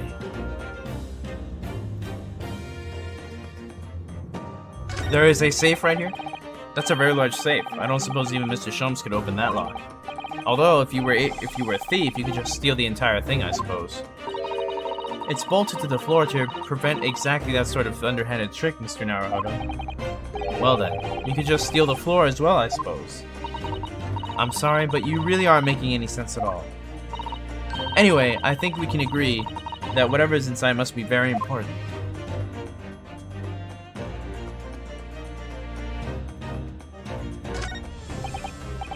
Mr. Sholmes? Have you found something? Ah, Mr. Naruhodo. Yes, in point of fact, something rather fascinating. What do you make of this? Let's see. I've never seen anything like it before. It looks like a bundle of thick cigars wrapped in... Ah! Miss Susato, what's the matter? That's a... Surely that's a time bomb, isn't it? What? Did you say? A time bomb? Sorry, but what is a time bomb exactly? You truly are one of a kind, Mr. Naruhodo. I won't take that as a compliment. You don't know nothing, do you, Otto? You haven't got a clue what it is either, have you, Gina? I invite you to consult a dictionary later, Mr. Naruhodo. But this particular specimen is no time bomb, though I confess it has a very similar appearance. Okay. Oh, well, thank goodness. But then, what is it? I see. So that's it. Goodness, Mr. Sholmes. Have you seen to the heart of the matter? There are times when I consider my lot most unfair. For I am fated to never to know what it feels to flounder as you do when a puzzle presents itself. But I have learned to accept the hardships that come with being a great detective, Miss Susato. Here we go. I feel a great deduction is coming. Once again, I draw two conclusions from the scene we see before us. The first is that the inverted nature of the furniture in this room is the work of Drebber himself. Oh, but how could you... And the second conclusion is that the small device on the floor there is without question completely genuine. Please, Mr. Sholmes, you must explain everything. It would be a pleasure. After all, it is a great detective's civic duty to teach Scotland Yard the finer points of the trade. Why does he have his eyes closed so much? Well, Inspector Gregson seems delighted with the idea anyway.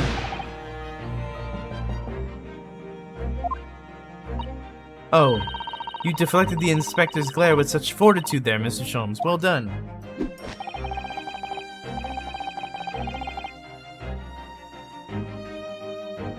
You're too kind, my dear madame.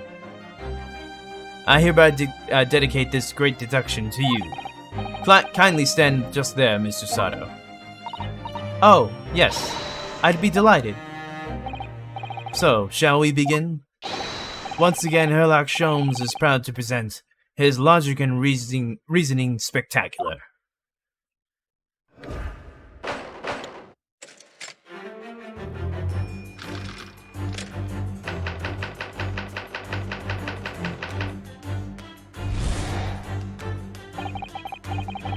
It's plain to see that this room is in complete disarray.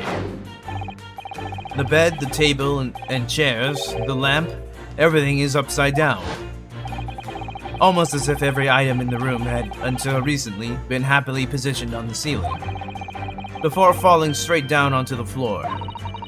Every item in the room was on the ceiling. Are you suggesting that... Indeed, the key here is gravity.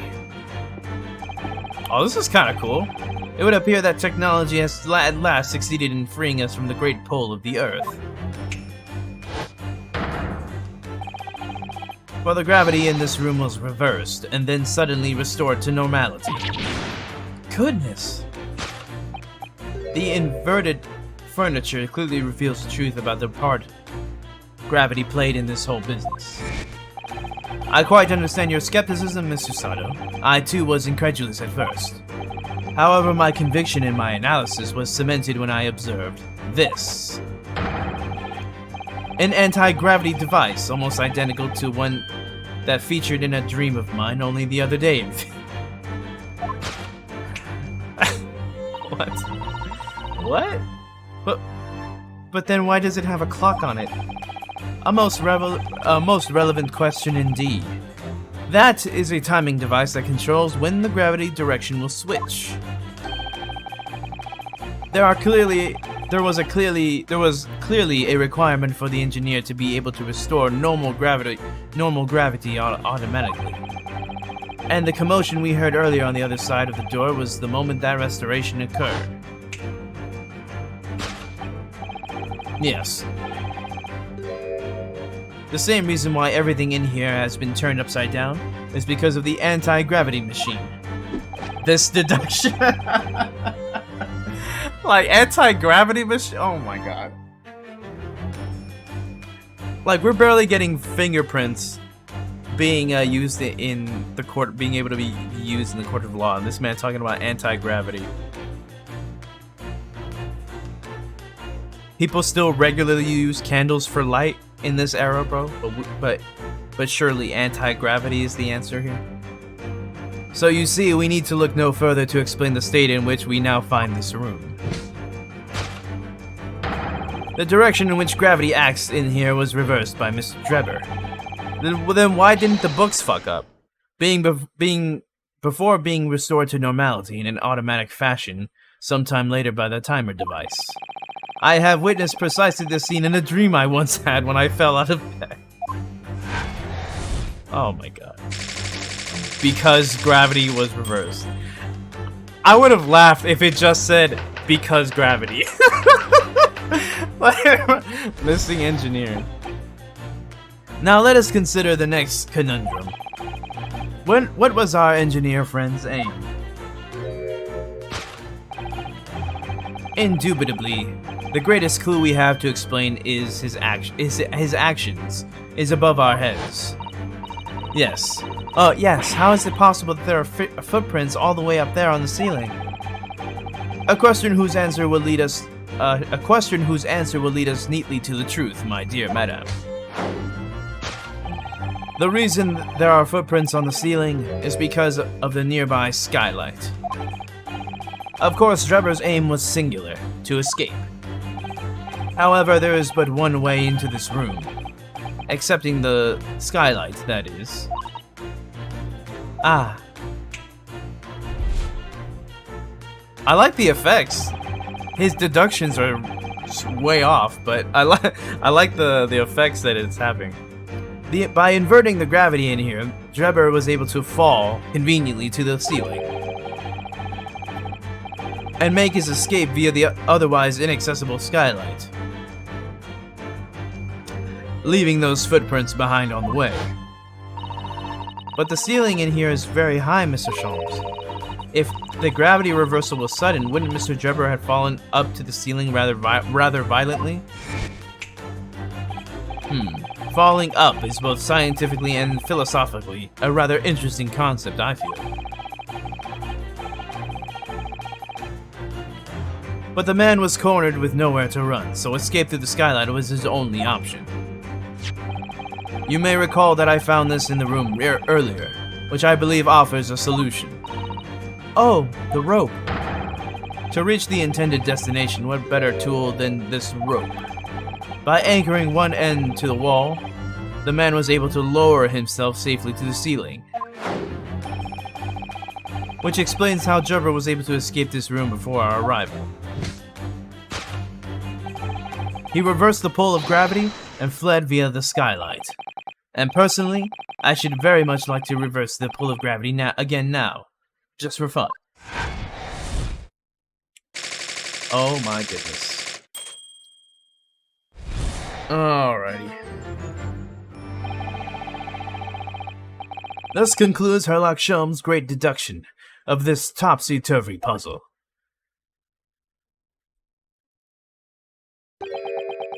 Damn, Gregson.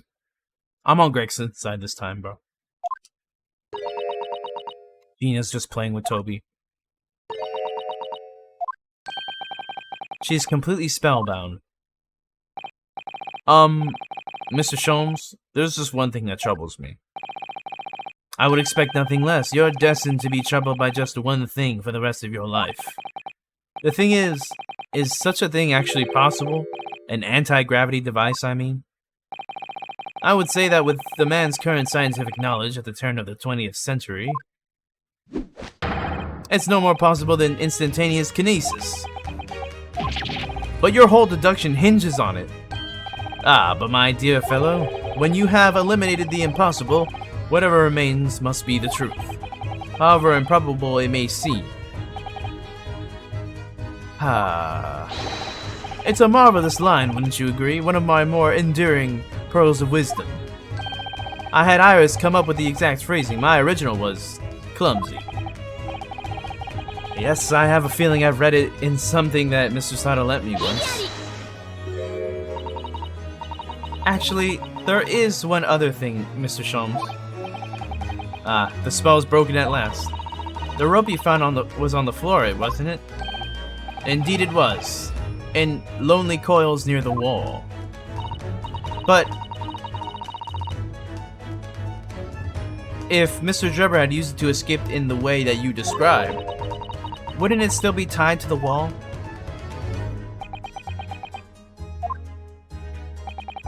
Mysteries inevitably unravel in the end, as I think you'll find do ropes. And as evidence of such, you need only look at the mystery we faced in this room now skillfully unraveled. That argument is as circular as the coils of rope. I think perhaps we might need to give Mr. Sholmes the usual little helping hand. I'm sure with some minor corrections, the great detective's great deduction will lead us to the truth. Yes, you're right. And we must do it quickly before Enoch Trevor gets too far away. If you're ready, then let us resume. Herlock Sholmes' logic and reasoning spectacular.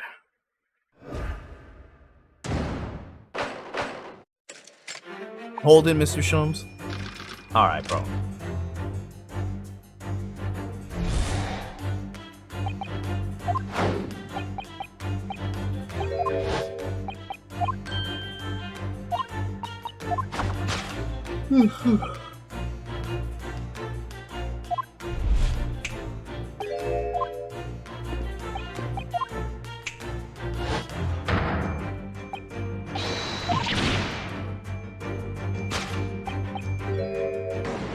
There we go.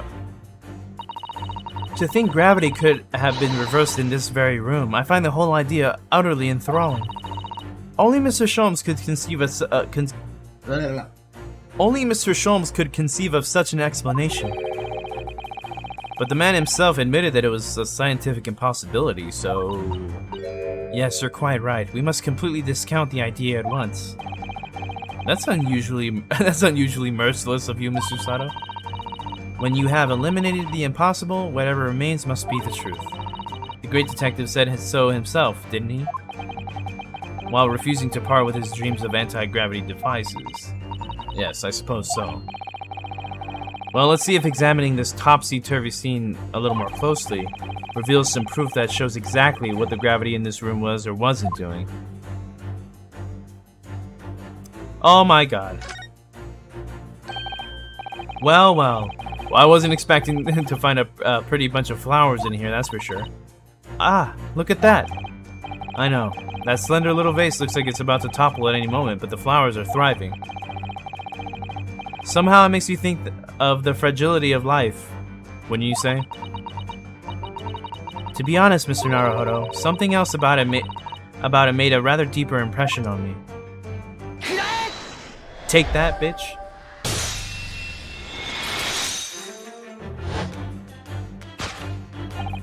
The upright vase clearly reveals the truth about the part gravity played in this whole business. Upon my word, Mr. Naruhodo, you've surpassed yourself by completely turning my argument on its head. Trying to impress your assistant here, perhaps. No one is trying to steal your spotlight here, Mr. Sholmes, trust me. As you rightly say, though it appears at first glance that all the furniture in the room is upside down. This unassuming slender vase is standing keenly to attention. Jesus, I can't read. And unlike the large safe, there is nothing affixing it to the floor. And it's the exception that breaks the rule. In short, much as it pains me, the gravity in this room was never inverted at all. My deepest sympathies for your loss. Poor Mr. Sholmes. But the show must go on, so let us continue with our deductions.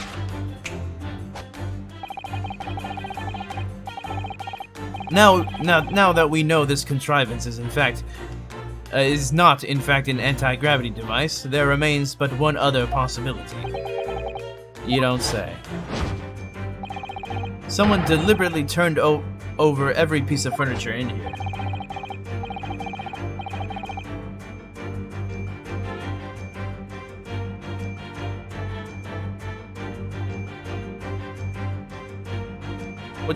Which might sound obvious, but leaves one mystery very much unsolved.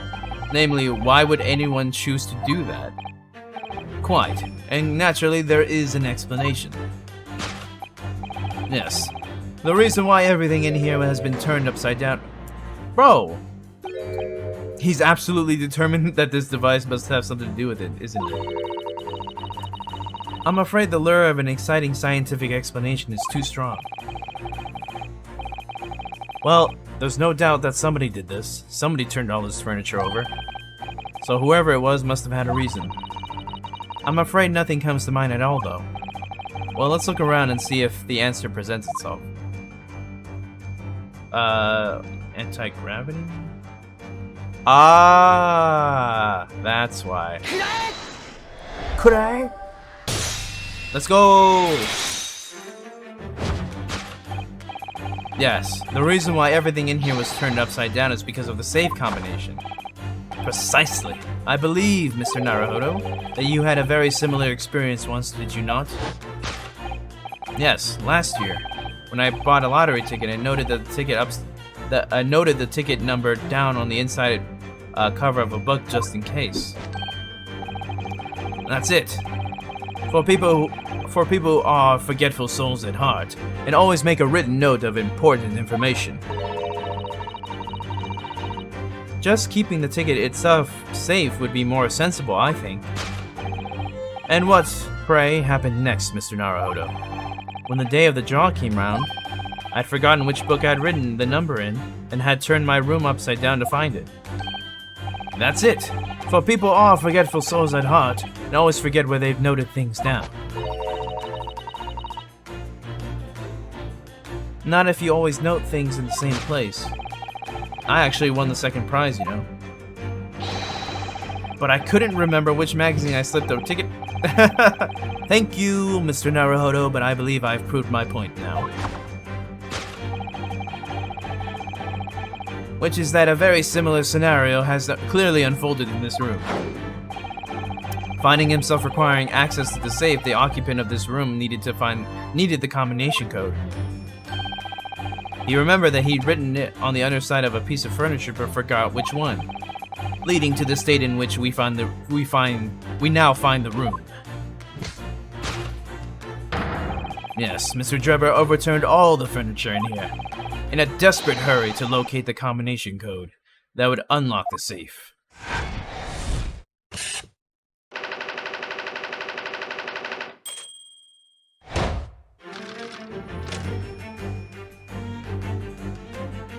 Dun, dun.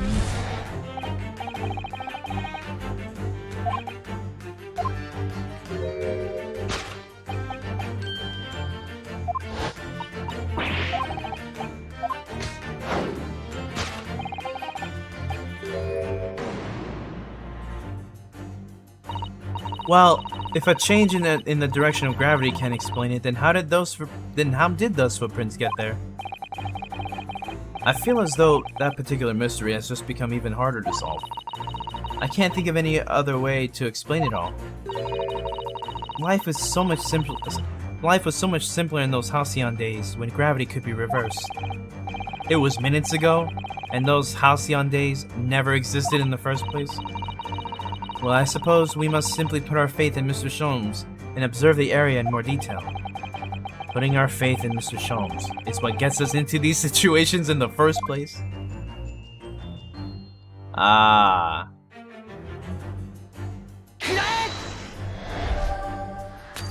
Oh, what? Oh, do I need to look at it first? Oh my god. Come on.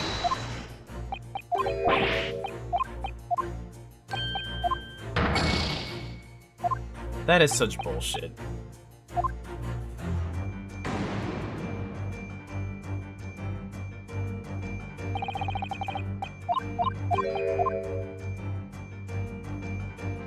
I'm gonna examine it first, just in case. It's hard to believe, but there's a shoe up there, look. Oh yes, and there are more footprints on this little balloon too. Perhaps the shoe was thrown up there and became lodged, do you think? If so, then judging by the number of footprints, it must have been thrown up several times. Why would anyone be throwing shoes up at the ceiling, though? Oh dear, that's beyond me, I'm afraid.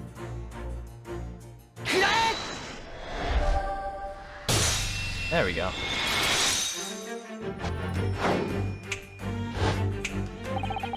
The reason there are footprints on the ceiling is because of the nearby shoe. And on closer inspection, there are clearly footprints all over the balloon as well. In other words, the aim was never the skylight at all, but the balloon. But for what purpose? A green balloon. That seems somewhat familiar data. You presented the balloon before, not the shoe? I mean, technically you're right, but Jesus Christ, come on.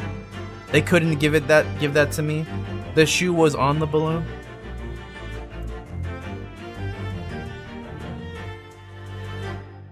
Ah! It was a piece of a green balloon's envelope that Mr. Naruhodo and Iris found at the scene. And inside the green balloon that Master Gotts claims he saw above the stage when the incident occurred was the second birdcage, the crux of the whole instantaneous kinesis deception. You mean to say, if we assume the balloon in here is a model of the one used on the day, there is a strong oh, this is Sholmes talking. If we assume the balloon in here is a model of the one used on the day, there is a strong possibility something may be concealed inside it. Something our absconder was desperate to retrieve before making a hasty getaway. But the balloon's out of reach. Hence why he resorted to a projectile, namely, the shoe. Most probably, Jebber intended to tear a hole in the envelope by assailing it with a shoe. However, his efforts were thwarted when the shoe itself became a prisoner of those lofty heights. Oh dear, we desperately need to examine that balloon. If only there was some way to see inside. You may recall that I found this in the room earlier, which I believe offers a solution. Oh, the rope! To reach the intended destination, what better tool than... Oh. Come on. Mr. Sholmes has managed to bring the deduction back to the rope. Alright, I have to admit, that was clever. So we just throw the rope up at the balloon and pull it down to us on the ground. Which is much easier said than done, I feel. And could take us a very long time as well. True. Perhaps we need more of a surefire method. In fact, we already have one, of course, don't we?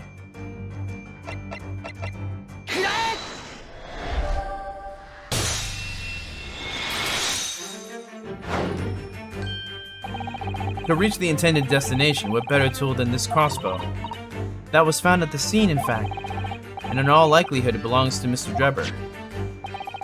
If the man had only brought it away with him that day, he could have avoided losing a shoe at such a critical time as this.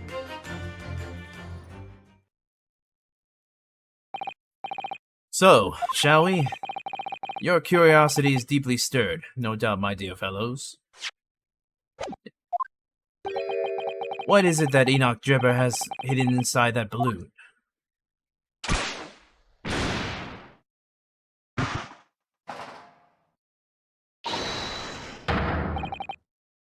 What the? A waxwork?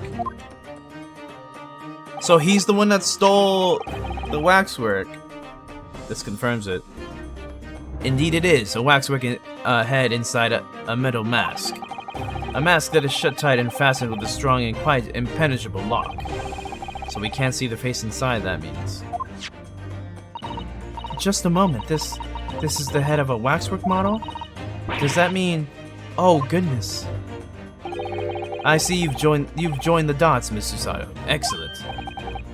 Of course, a headless waxwork model. The case of the abducted, Madame Tussauds model that you largely solved.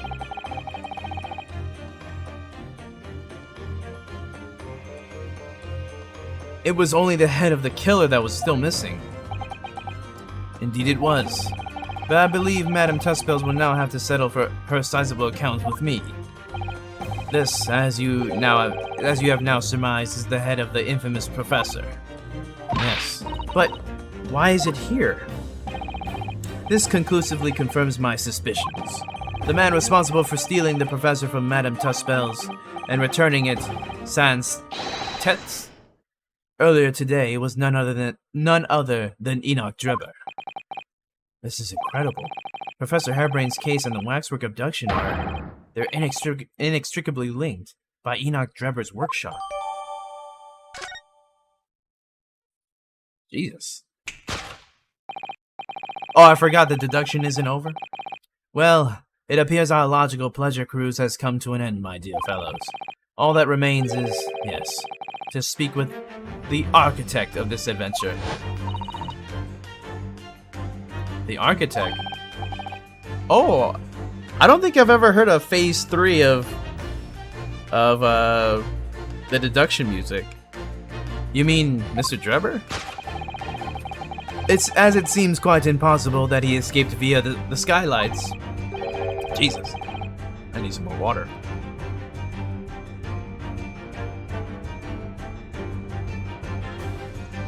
Obviously, the man must still be here in the room. What? And his location should be abundantly clear. Is he in the safe? If you simply reflect on the journey we've made together during this deduction, Enoch Drebber is right here somewhere in this room.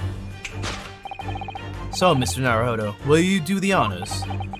Yes, of course. Mr. Drebber's hiding place must be...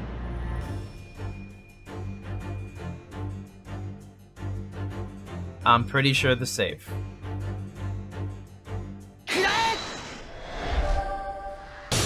Let's go! Before we gained access to this back room, we heard noises from in here. Which tells us that the engineer was still in the building at that point in time. He was in fact searching for the combination to his safe. And pressed for time made no attempt to right the furniture that he overturned in the process. From which we can deduce that his search for the combination happened very recently indeed. In summary, Mr. Enoch Drebber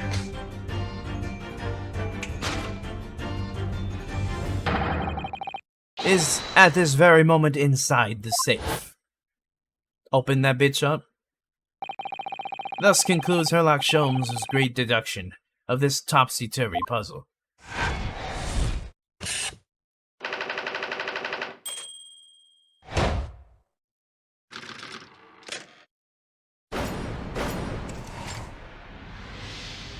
Elementary. Alright, let's see this, man. So, Mr. Naruhodo, I think perhaps it's time we ended this game of hide-and-seek, don't you? By opening the safe, you mean?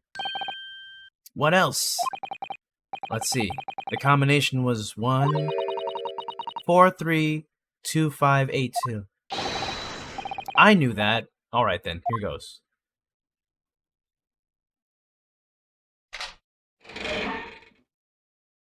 There he is. Jesus, that must be incredibly uncomfortable. Holy shit. You found me. What? It fucking just rolled. What the fuck? Oh, what the hell? This man a robot? What? What the fuck? What the fuck? This man did this shit? What the fuck? Right then, sir. Mr. Enoch Drebber, I presume. Correct. You'd better start talking. You tricked Professor Hairbrain with that bogus machine you built. Damn, look at his arm. What the hell? Oh, hold on. Let me hear the theme.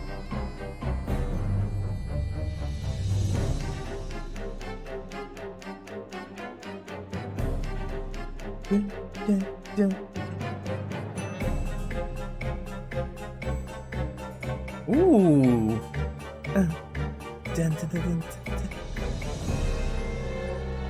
Yeah, it is fire. It's really good.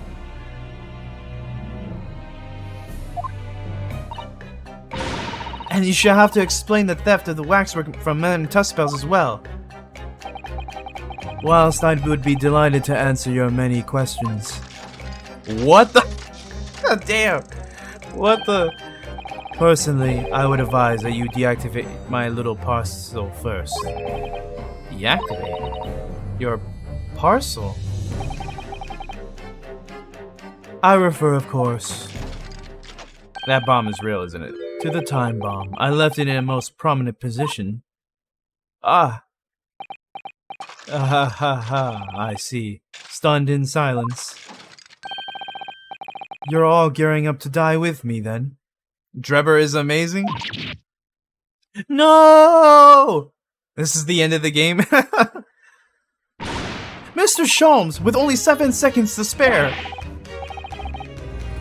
That was too close for comfort. I've got 1 foot in the grave already. Are you trying to get us... Are you trying to help us get a killer or get us killed? Mr. Sholmes' deductions can be completely life-altering, can't they? Well, my dear fellows, that was a close shave. The resemblance to an anti-gravity machine or device is really quite startling, I must say. Anti-gravity devices don't exist. I wouldn't push it, Mr. Sholmes.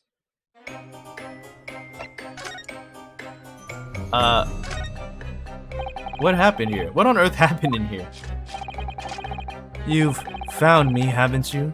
No need to screw me down any further. Everything in here is precisely what it seems. Yeah, we'll be giving it a thorough going over, don't you worry, Drebber. What fails to click with me is how you were able to locate my workshop. That I was not expecting.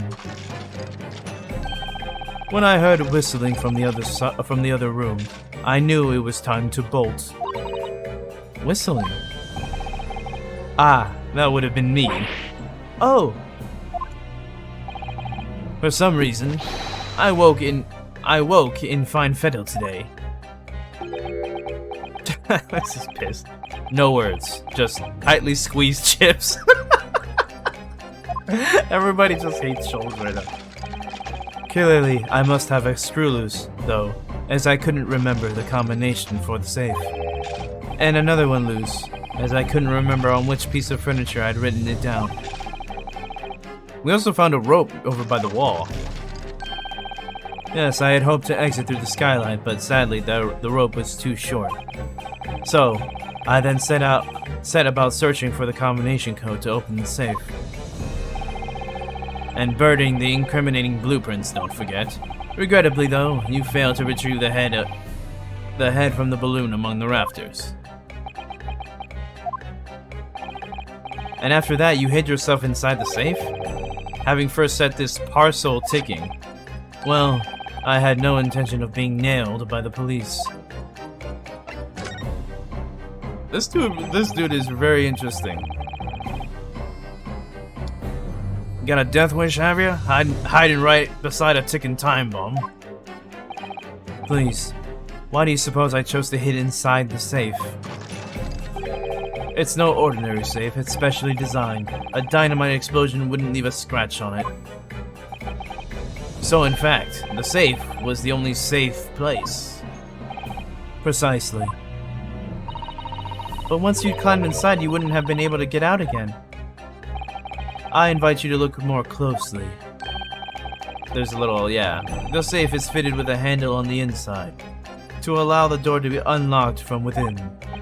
Ah, so it is. I had always intended to blow this place to smithereens in any case. Oh, shit! The man, the myth, the legend himself, TG Lopez, bro? What's good, bro? How you doing?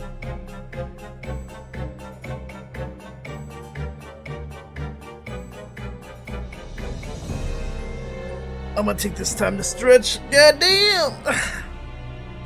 Oof. Right now we interrogating this man who is... I'm not even sure if he's human, bro. He looks like he's a robot. But I like his theme, though.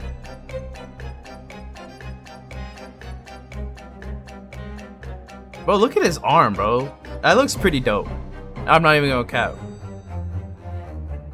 I just wasn't expecting uninvited guests to come along and screw up my plans. It's been quite a day, man. Oh, hell yeah, it is. I started the stream reacting to the Final Fantasy event, and when they showed the Crisis Core remake, bro, oh my god, I was like, bro, I was just like TG is gonna be going crazy when he sees this, bro. And we got a little bit of Final Fantasy VII Remake Part 2, well, Rebirth as it's called now. That looks pretty dope. And we get Final Fantasy 16 next year. Oh my god. Oh my god. Bro, the next couple years, bro, there's gonna be some big Final Fantasy games happening.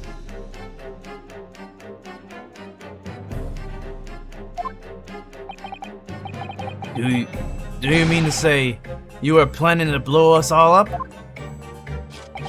No. That was unforeseen. What do you mean? Alright. Most people run, you see, when they see a ticking time bomb at their feet. Ah. Honestly, the timing couldn't have been at a more pivotal time. I'm so happy, man. I bet, bro. I'm not gonna cap and say like, oh, I'm so excited. I mean, don't get me wrong, I'm excited too, but I'm not gonna be like, I'm just as excited as everybody else. You know what I'm saying? Like, today was definitely for the Final Fantasy VII fans for sure, and it's great to see. Final Fantasy Crisis Core remake this winter. Then we have Final Fantasy 16 this summer, and then Rebirth the next winter, which is like late 2023, early 2024. Bro, that's some. Those are big games coming out in like half a year from each other. It's a good time to be a Final Fantasy fan. Definitely is. This game impacted my life so much, and for it to get remade is just a dream. I only thought it was beyond imagination. I bet, bro. And I'm so glad that it got remade, bro. Like, just because. Nothing against the PSP, but it was kind of stuck on there. So for them to remake it is awesome. It's so awesome.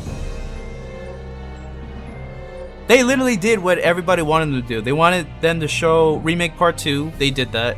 They wanted Crisis Core Remake. They did that. You know? So it's just like... And they got like merch. You know, they got like the vinyl. But there's a lot of cool stuff. This is a really good. This is how you do an anniversary, bro. You know. TG said now you guys can enjoy it also, and it brings me so much joy. Yeah, man, I can't wait to play it, bro. I can't wait. I cannot fucking wait, bro. I calculated the time required for retreat to a safe distance and set the device accordingly. But your seemingly endless discourse in here threw a spanner in the works. He's just looking at Sholmes. Is something wrong, Gregson? Do I have something on my face besides the usual eyes, ears, nose, and mouth? Not like Nintendo that does that shit job. Well, certain anniversaries they do pretty well with. It's just Legend of Zelda though. What happened with that?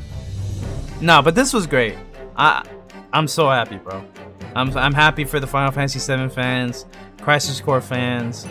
You know, it's great.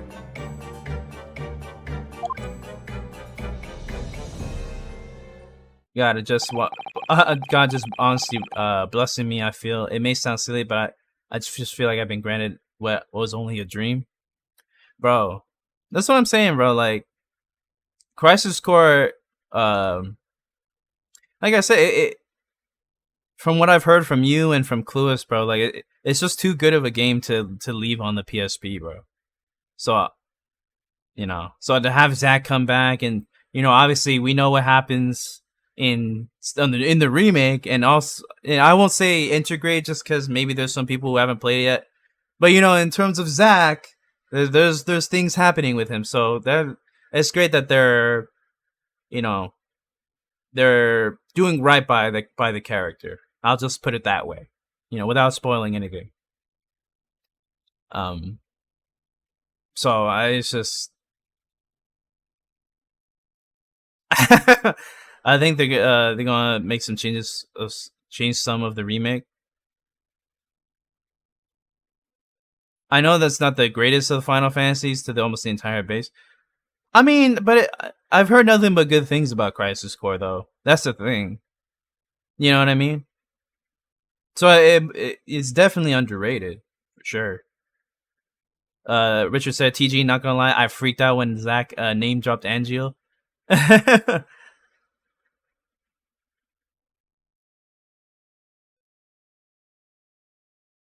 I think we have a fairly good idea what's going on here now.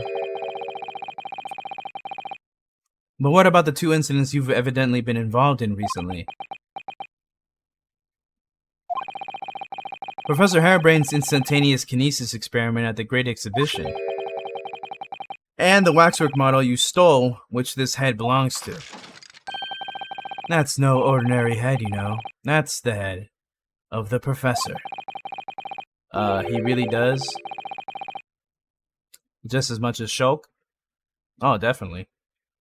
They gotta change something for the remake? I don't know. I don't think they'll change the Crisis Core remake. From what they showed, it's... I mean, I haven't played it yet, but... it kind of seems like it's gonna be the same. At least they didn't remake Dirge of Cerberus. So I think they might keep that the same, just because that's probably... I mean, I know... Crisis Core, there's a certain ending to it. They might keep that the same. I really hope they don't, but I feel they will. I don't know. Because it seems like it's different from what's being told in the remakes, you know, rather than the original story. So they might, you know, it's like a different fate, almost, you know? You think so? I don't know. We'll see. We'll see what happens, but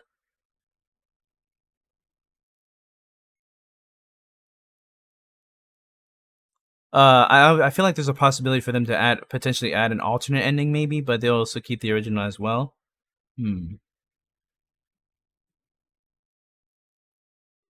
Could be. It could. We'll see, but I'm almost certain they'll keep it the same. I honestly, just because of what we know about Zack in the remakes and what happens, I don't know if they'll... I don't know. We'll see. We'll see. But it's exciting nonetheless, though. It's very exciting. Clad in a mask with a lock so strong, I'm unable to open it safely to reveal the killer's identity. I've been considering carrying it around as protection. After all, that's an... Oh! She's here? What's going on here, Gregson? I'm sure you're aware that I have sole jurisdiction to investigate here. Yes, well, Dr. Scythe again. So the forensic investigation team are here. And you know full well this engineer is a key witness.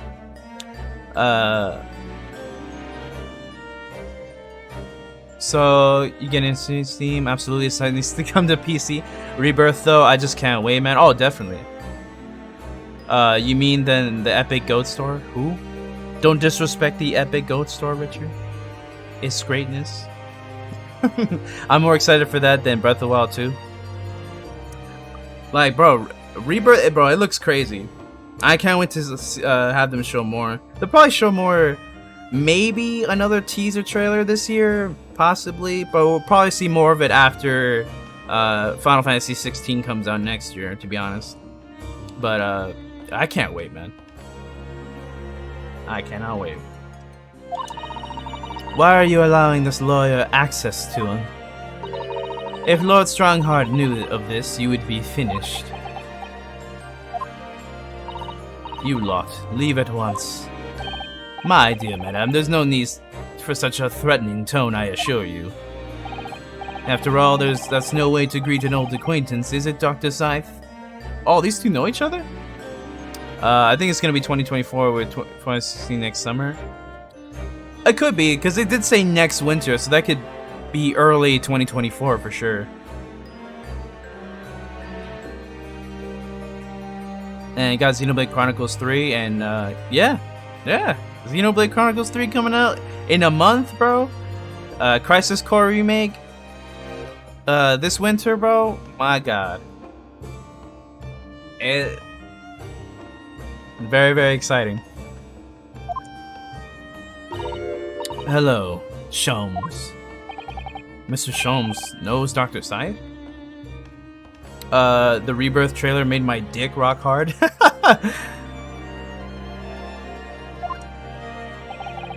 If it's protecting the machine next door that's causing such a sour expression on your face, you are quite misguided. Maybe a new Fire Emblem game this year? Could be. I just feel like it benefits Square to release in 2024 more than to have 2 blockbuster hits in 1 year. Yeah, I could see that. Especially if they need maybe a little bit more time to finish up Rebirth. They'll just like, probably like either January or February of 2024. Like push it as far as possible, you know, in terms of winter, you know. I could definitely see that. If it's protecting the machine next door that's causing such a sour expression on your face, you are quite misguided. They can take their time on Rebirth, oh for sure. KH4 in 2024? Could be. I mean, honestly, late 2024, early 2025, maybe. Definitely possible. I mean, Square Enix got a lot of big games coming up. They got a lot of big games. It's really nothing more than a shell. You get out. But of course, we'll show ourselves to the door. I see you haven't softened at all. Mr. Naruhodo. I hope they do a physical. Oh, that'd be dope. I'm actually buying it on everything. Hey. Yeah, oh bro, if there's a physical, I'm definitely getting that on physical. Yes? It would appear that our delightfully entertaining investigations have run their course for today. But, Mr. Sholmes, let us leave this place in the doctor's capable hands. I said get out. Now, all of you. Your presence here is not required either, Gregson. Understood. Damn, poor Gregson. But I'll just say one thing before I head off. If it wasn't for this lawyer and his companions, we'd have never found this place, and the whole workshop would have been blown to bits. There was this time bomb set in here that this lot disarmed. Damn, bro, Gregson really sticking up for us? Damn.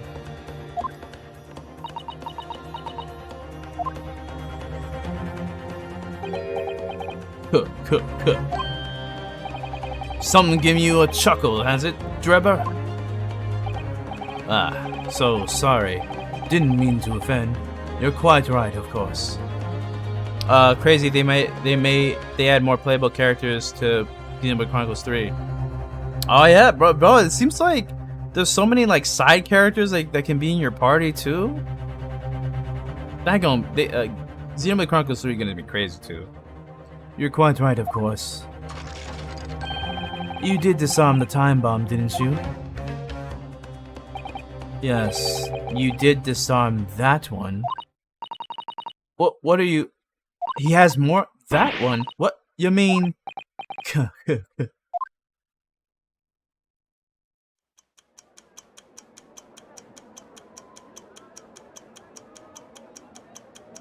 He has one there?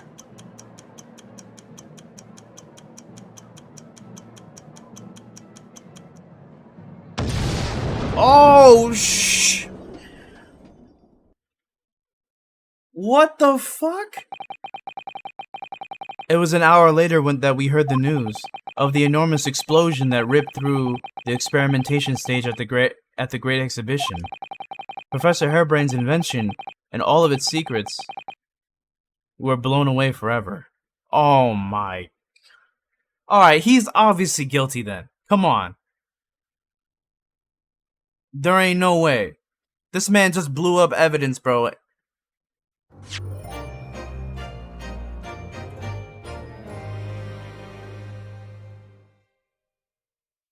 I haven't been seeing Xenoblade Chronicles 3 stuff. I'm sure it's not going to disappoint. Yeah, I've seen some small stuff here and there. I kind of want to go in as blind as possible with that game. But from some of the trailers that I've seen, I'm excited just because it's Xenoblade Chronicles 3, you know? But I can't wait. A lot of good games coming up.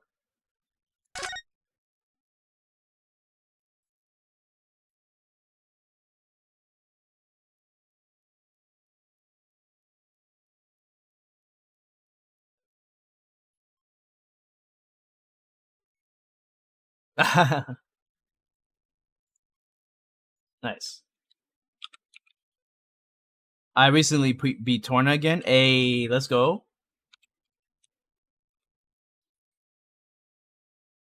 After the special edition pre-orders, I don't even want to think of that game.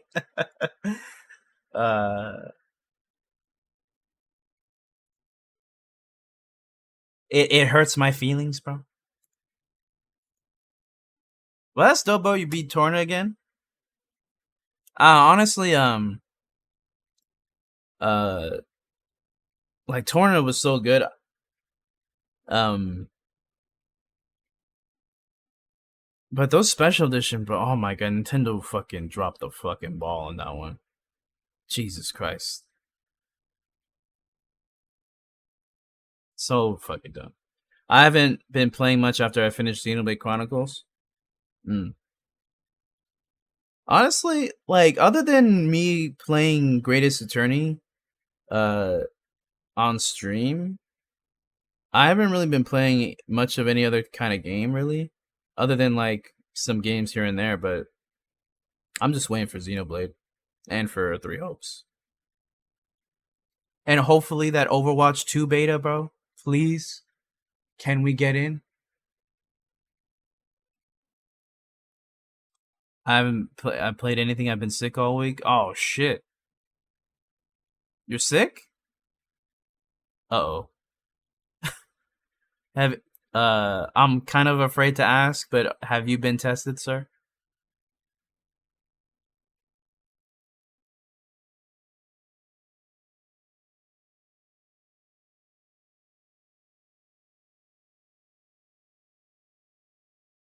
I tested twice, was negative both times. Let's go! Well, I mean, not that you're sick, but like the fact that it's negative. Okay, that's good. At least it's not COVID, but damn. Are you feeling better now? You said you were sick all week.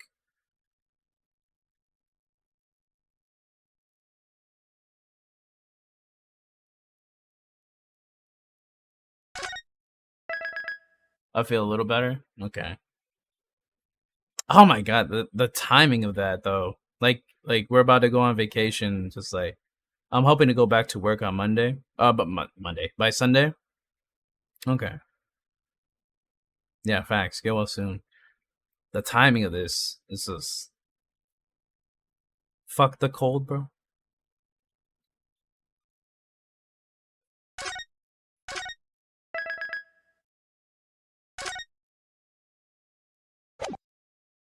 I kind of want to play a little bit of the trial. 24th of October, 9:11 a.m.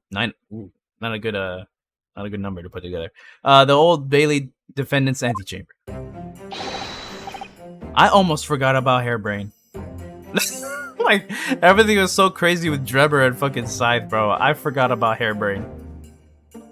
Good morning to you, Mr. Naruhodo. Good morning, Professor. Ready for today's, I signed up for the Overwatch 2 beta, but I don't know if I'm gonna be playing it. I want to play it just to try it out. Because I signed up for the last one, but we didn't get in, except Jay. You know, if you do decide to play it, TG, you know, maybe you could play with us when it comes out, you know? Not gonna lie, we do need the help, TG. And I miss playing games with you, bro. The last beta. Richard, I'll let you know for sure. I signed up too, said Shinobu. Yeah. I miss the Overwatch games that we played. It's crazy that it's going free to play now. I mean, they still have like their $40 edition, but I guess they just want more people to play. Obviously, they have a battle pass now, so they're been going through a lot. Oh, yeah, definitely, bro. Definitely.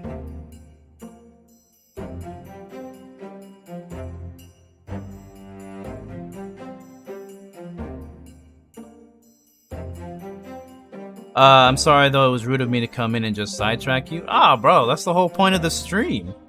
You kidding, bro? The whole point of the, bro. Honestly, I like it when people come in with some shit to talk about, bro. Like, and honestly, TG, like, we haven't seen you for a while, bro. So, seeing you here, it made me very happy, bro. I hope you've been enjoying the game, man. Oh yeah, especially this case, bro. Oh, bro, this case is fucking wild. Like Richard was telling me it was wild. I wasn't expecting it to be this wild, and apparently it gets wilder. I've definitely been enjoying it, and I'm only on case 3, so I still have 2 more cases after this. But yeah, man, like, hey, bro, don't ever apologize for sidetracking me, bro. I love watching your playthrough of the first one. Richard said, you popped in on a good stream. William isn't voice acting this one.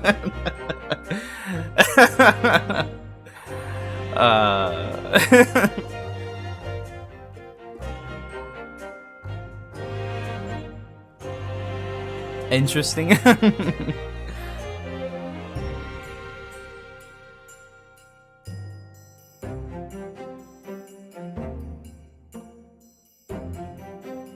Ready for today's proceedings? I hope so. I should be. Even I, with nothing left to... Good morning, my dear fellows. I'm happy for real though, man, that this game is good. Oh, yeah, oh, bro. You know, Richard, when he beat the game, he told me about it. He said that... I mean, I don't know if his opinion has changed, but he said that he likes this... am I remembering correctly, Richard, that you like this one more than the first one? Oh, Mr. Sholmes, you're here. Why, naturally. A true gentleman stands shoulder to shoulder with his friends in battle at all times. Thank you. I really appreciate it. I'll see you later, then. That's a big statement if true. Richard said, absolutely, I still think this one is better than the first one. And that's crazy to me because I love the first one. First, I think I gave it like a 9 or 9.5 out of 10. That still stands, by the way. So and Richard obviously loved the first one too. So it's crazy to me that like this one's even better. Like so far with this case, there's been some big moments. So I can't wait for a certain reunion to happen with Asogi and you know, it's great to see you streaming as well. Yeah, I mean, I finally got some time. You know, kids are on summer break. I've been trying to get back into the gym TG. You know, just trying to lose some weight. Bro, I gained a lot of weight over the past 2 years, so I'm trying to like reverse the damage. You know what I'm saying? So I've been going to the gym like as much as I can, and also trying to make myself a better person. You know, just mentally, physically. After thinking about it, I might actually like this more than Trials and Tribulations. Oh, that's pretty big because I love Trials and Tribulations. That one's a great game. I'm happy for you, man. Thank you. You know, I just trying to stick with it, keep doing your thing. Oh yeah, definitely. I just need to figure out a way to keep this steady even when I do go back to work, you know, and not lose sight and just like fall back into bad habits again, you know. But more than Trials and Tribulation, that game, oh my god, Trials and Tribulations was so good. Also, fuck Dahlia Hawthorne, bro. Fuck that bitch. I mean, this might be a weird thing to say, but not weird, but Dahlia Hawthorne might be the most evil fucking Ace Attorney villain in the series. What do you think, Richard? Maybe I'm forgetting somebody, but she might be the most evil Ace Attorney fucking villain.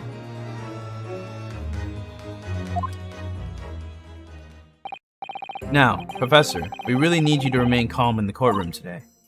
Yes. Do try your hardest not to enter the witness stand uninvited again. I look forward to watching your reaction to the Final Fantasy stuff later. Oh yeah, I did react to it live on stream, but when I get the video of this stream, I'll cut it out and I'll post that reaction separately, just so that if people just want to watch the reaction, not the game. So I'll do that. It'll probably be up by either tonight or tomorrow morning.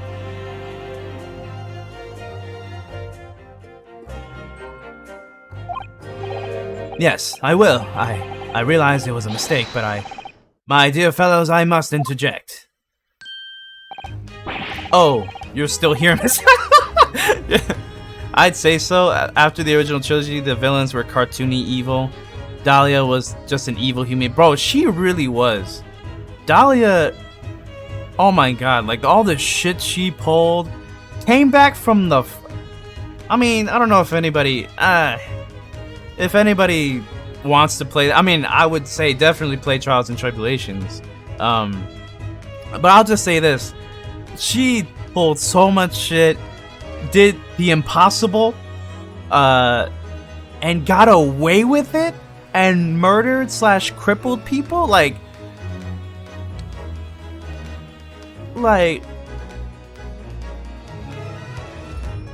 she was just ruthless. As for now, I'm a part ways. I gotta go. You guys stay well, alright? For sure, bro. Hopefully, you're doing alright. Hopefully you have a great rest of your night, bro. And, bro, I hope we see you more, bro. Honestly. We miss you. Richard said Damon Gant was like really close. Like, that's who I was comparing it to. That's what I was thinking, like maybe Damon Gant. But Damon Gant, he was only influential in one case. Whereas Dahlia was in the first case of the game. She was in the last case of the game, and was the motivation for so many people across Trials and Tribulations. It's just like so many people suffered because of one girl across many years. And true, you could say the same thing about Damon Gant. But again, he was only regulated to one case. So I would agree. Damon Gant is definitely a close second, because that dude, yeah, he was he was a motherfucker, bro. Oh, you're still here, Mr. Sholmes. What's the matter? Surely you've overlooked some praise, have you not? To be cast in my direction? Sorry? I don't follow. Must I spell it out? I, the great Herlock Sholmes, the greatest detective of worldwide acclamation, arose at some ungodly hour to be here now. First thing in the morning. A miracle, you must agree. We should discuss this after you finish this game? Oh, shit. Oh, okay. Okay. That was a definite hint? That was a definite hint? Okay. Well, if I must agree, then. As you know, my sleep is quite impregnable. Iris had to employ her full gamut of tactics. She pulled the covers off, shook me, poked both cheeks, punched me, and kicked me from the bed. Then she poured a boiling cup of her latest experimental blend on my face, and at last I was bestirred. Oh my, Iris has been busy. Iris doesn't have it in her. Iris doesn't have it in her to go that far. She's too nice. Ah, I sense the spirit of a fellow scientist, one who relishes the infinite possibilities of blending tea. I'm the one worthy of praise here, not Iris. This is my victory. Sorry to cut in. Oh, sorry to cut in. Oh, Inspector Gregson. Good morning. Gregson, my dear fellow, why the grim expression at this delightfully early hour? Oh, I don't know. Maybe because I've been confronted with a grimmer expression, eh? Dear me, are you going to take that insult lying down, Professor? What? What? I don't know! Poor Professor. Anyway, here's the paperwork you asked for. What paperwork? Ah, I took the liberty of requesting it yesterday. I have a feeling it may prove useful. You won't believe the hoops I had to jump through to get this brought out of the archives. It's the professor's autopsy report. That mass murderers? Who killed 5 members of the aristocracy. He was found guilty in a closed trial 10 years ago now. It was all done under wraps. And he was oh my god, bro. I'm losing my voice. Oh, shit. Jesus. And he was quickly executed soon after the trial. It's all in here. Matt on guard was also a pretty despicable human being. He definitely was, and alright. I will agree with that. I will agree with that. He was despicable, for sure. And he definitely did not give a fuck about people's lives, for sure. But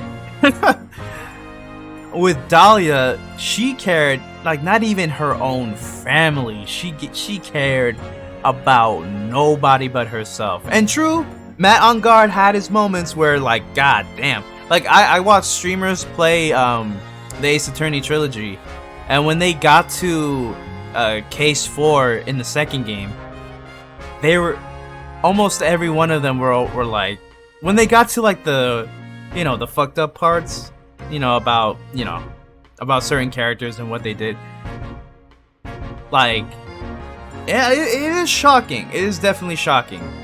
But I feel like Dahlia had more shocking moments and had more people do shocking things. Especially, what was it? Was it case 3?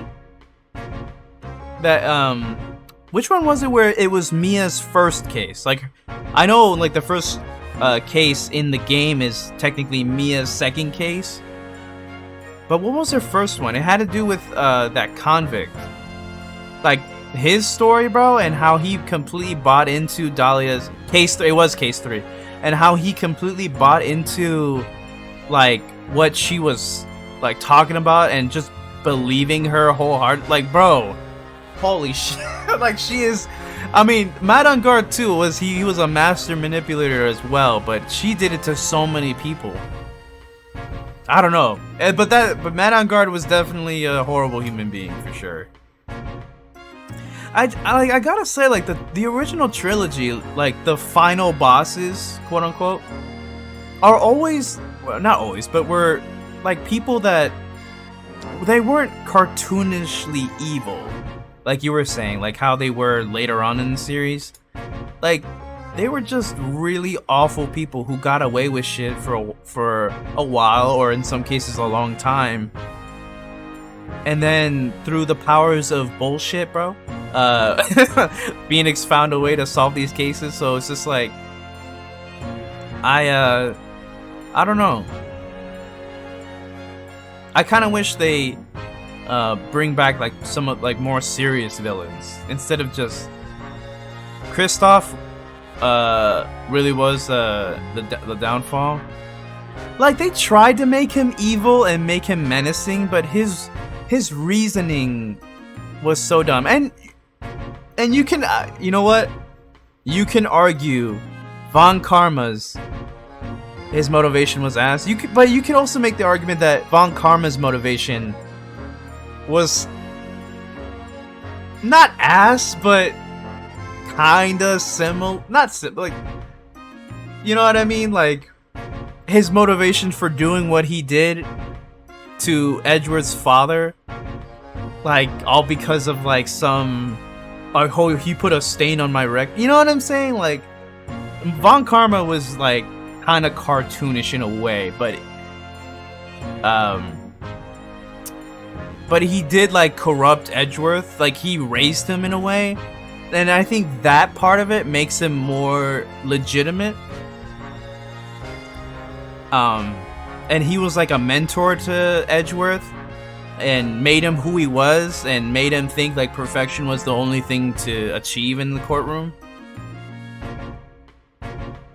But Kristoff, like, all he got mad because somebody picked Phoenix over him, and he was just like, fuck Phoenix, and that was about it. That was about it. And then Dual Destinies, like some super spy from fucking I don't even remember. I've played Dual Destinies, bro, and I don't remember. Von Karma was also shot in the arm. Okay, I did forget that. Yeah, you're right. That is true. You know, Dual Destinies had like that super spy, which they never followed back up on that. And then Spirit of Justice, the Queen. Oh my god, the Phantom. like they had like dramatic music playing, like this is such a huge deal. Like, oh my god, he can take anybody's form. Like, oh my god. So fucking dumb. And then the Queen in Spirit of Justice, like,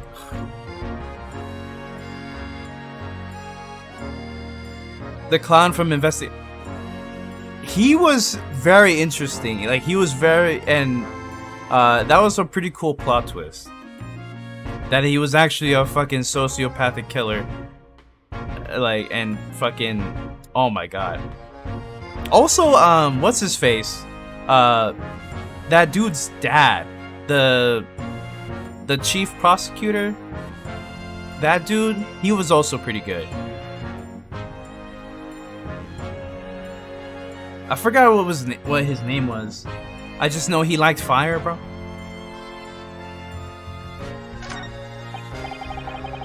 I don't know what to say. Thank you, Inspector. Yes, much obliged, Gregson. Us lowly lot at the yard are just doing what we can, in the shadow of the great Detective Sholmes, of course.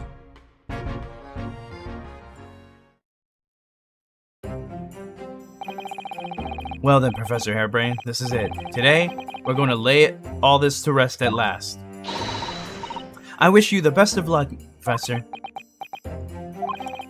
And I suppose he'll be in there today, will he? Drebber. Yes, we expect the prosecution to summon him as a witness. I'm still amazed that you managed to find him in just one day. I really owe you both so much. You do? Counsel and the defendant. The trial is about to resume. Kindly make your way into the courtroom at once. This is it then. The final chapter. Funny. My heart's racing a little. I've not felt this before, actually. This strange foreboding. As if something's going to happen in this trial that I'm not ready for. But I can't let that distract me from the only thing that really matters. Finding the truth.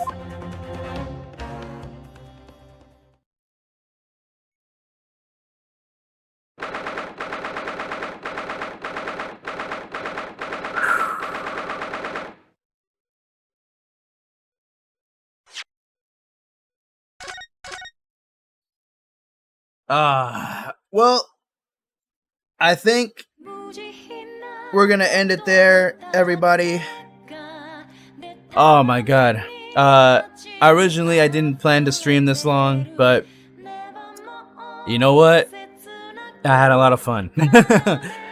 Shout outs to Itaki for the 200 biddies from earlier, Derail with the 100 biddies.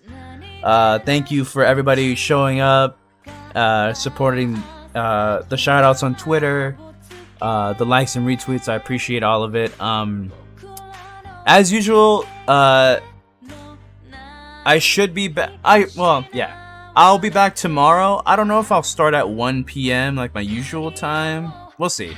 But I will for sure be back tomorrow, hopefully to finish this case. I really do want to see what happens in this, and hopefully you know, continue on like I am finishing this game. I cannot wait. But yeah, like I said, hopefully everybody has a great day. Hopefully y'all are doing well. And yeah, I think that'll be it. Yeah, that's it. And oh yeah, also be sure to look out for the TMNT stream from the Disrespected podcast on this Saturday. It's a game night. Also watch the VOD for this stream, and also the Final Fantasy 7 what's it, 25th? Or whatever, the anniversary stream VOD that should be up as well. Likes and subscriptions and follows are appreciated. And I think that's it for real. And I'll see you guys next time. Peace.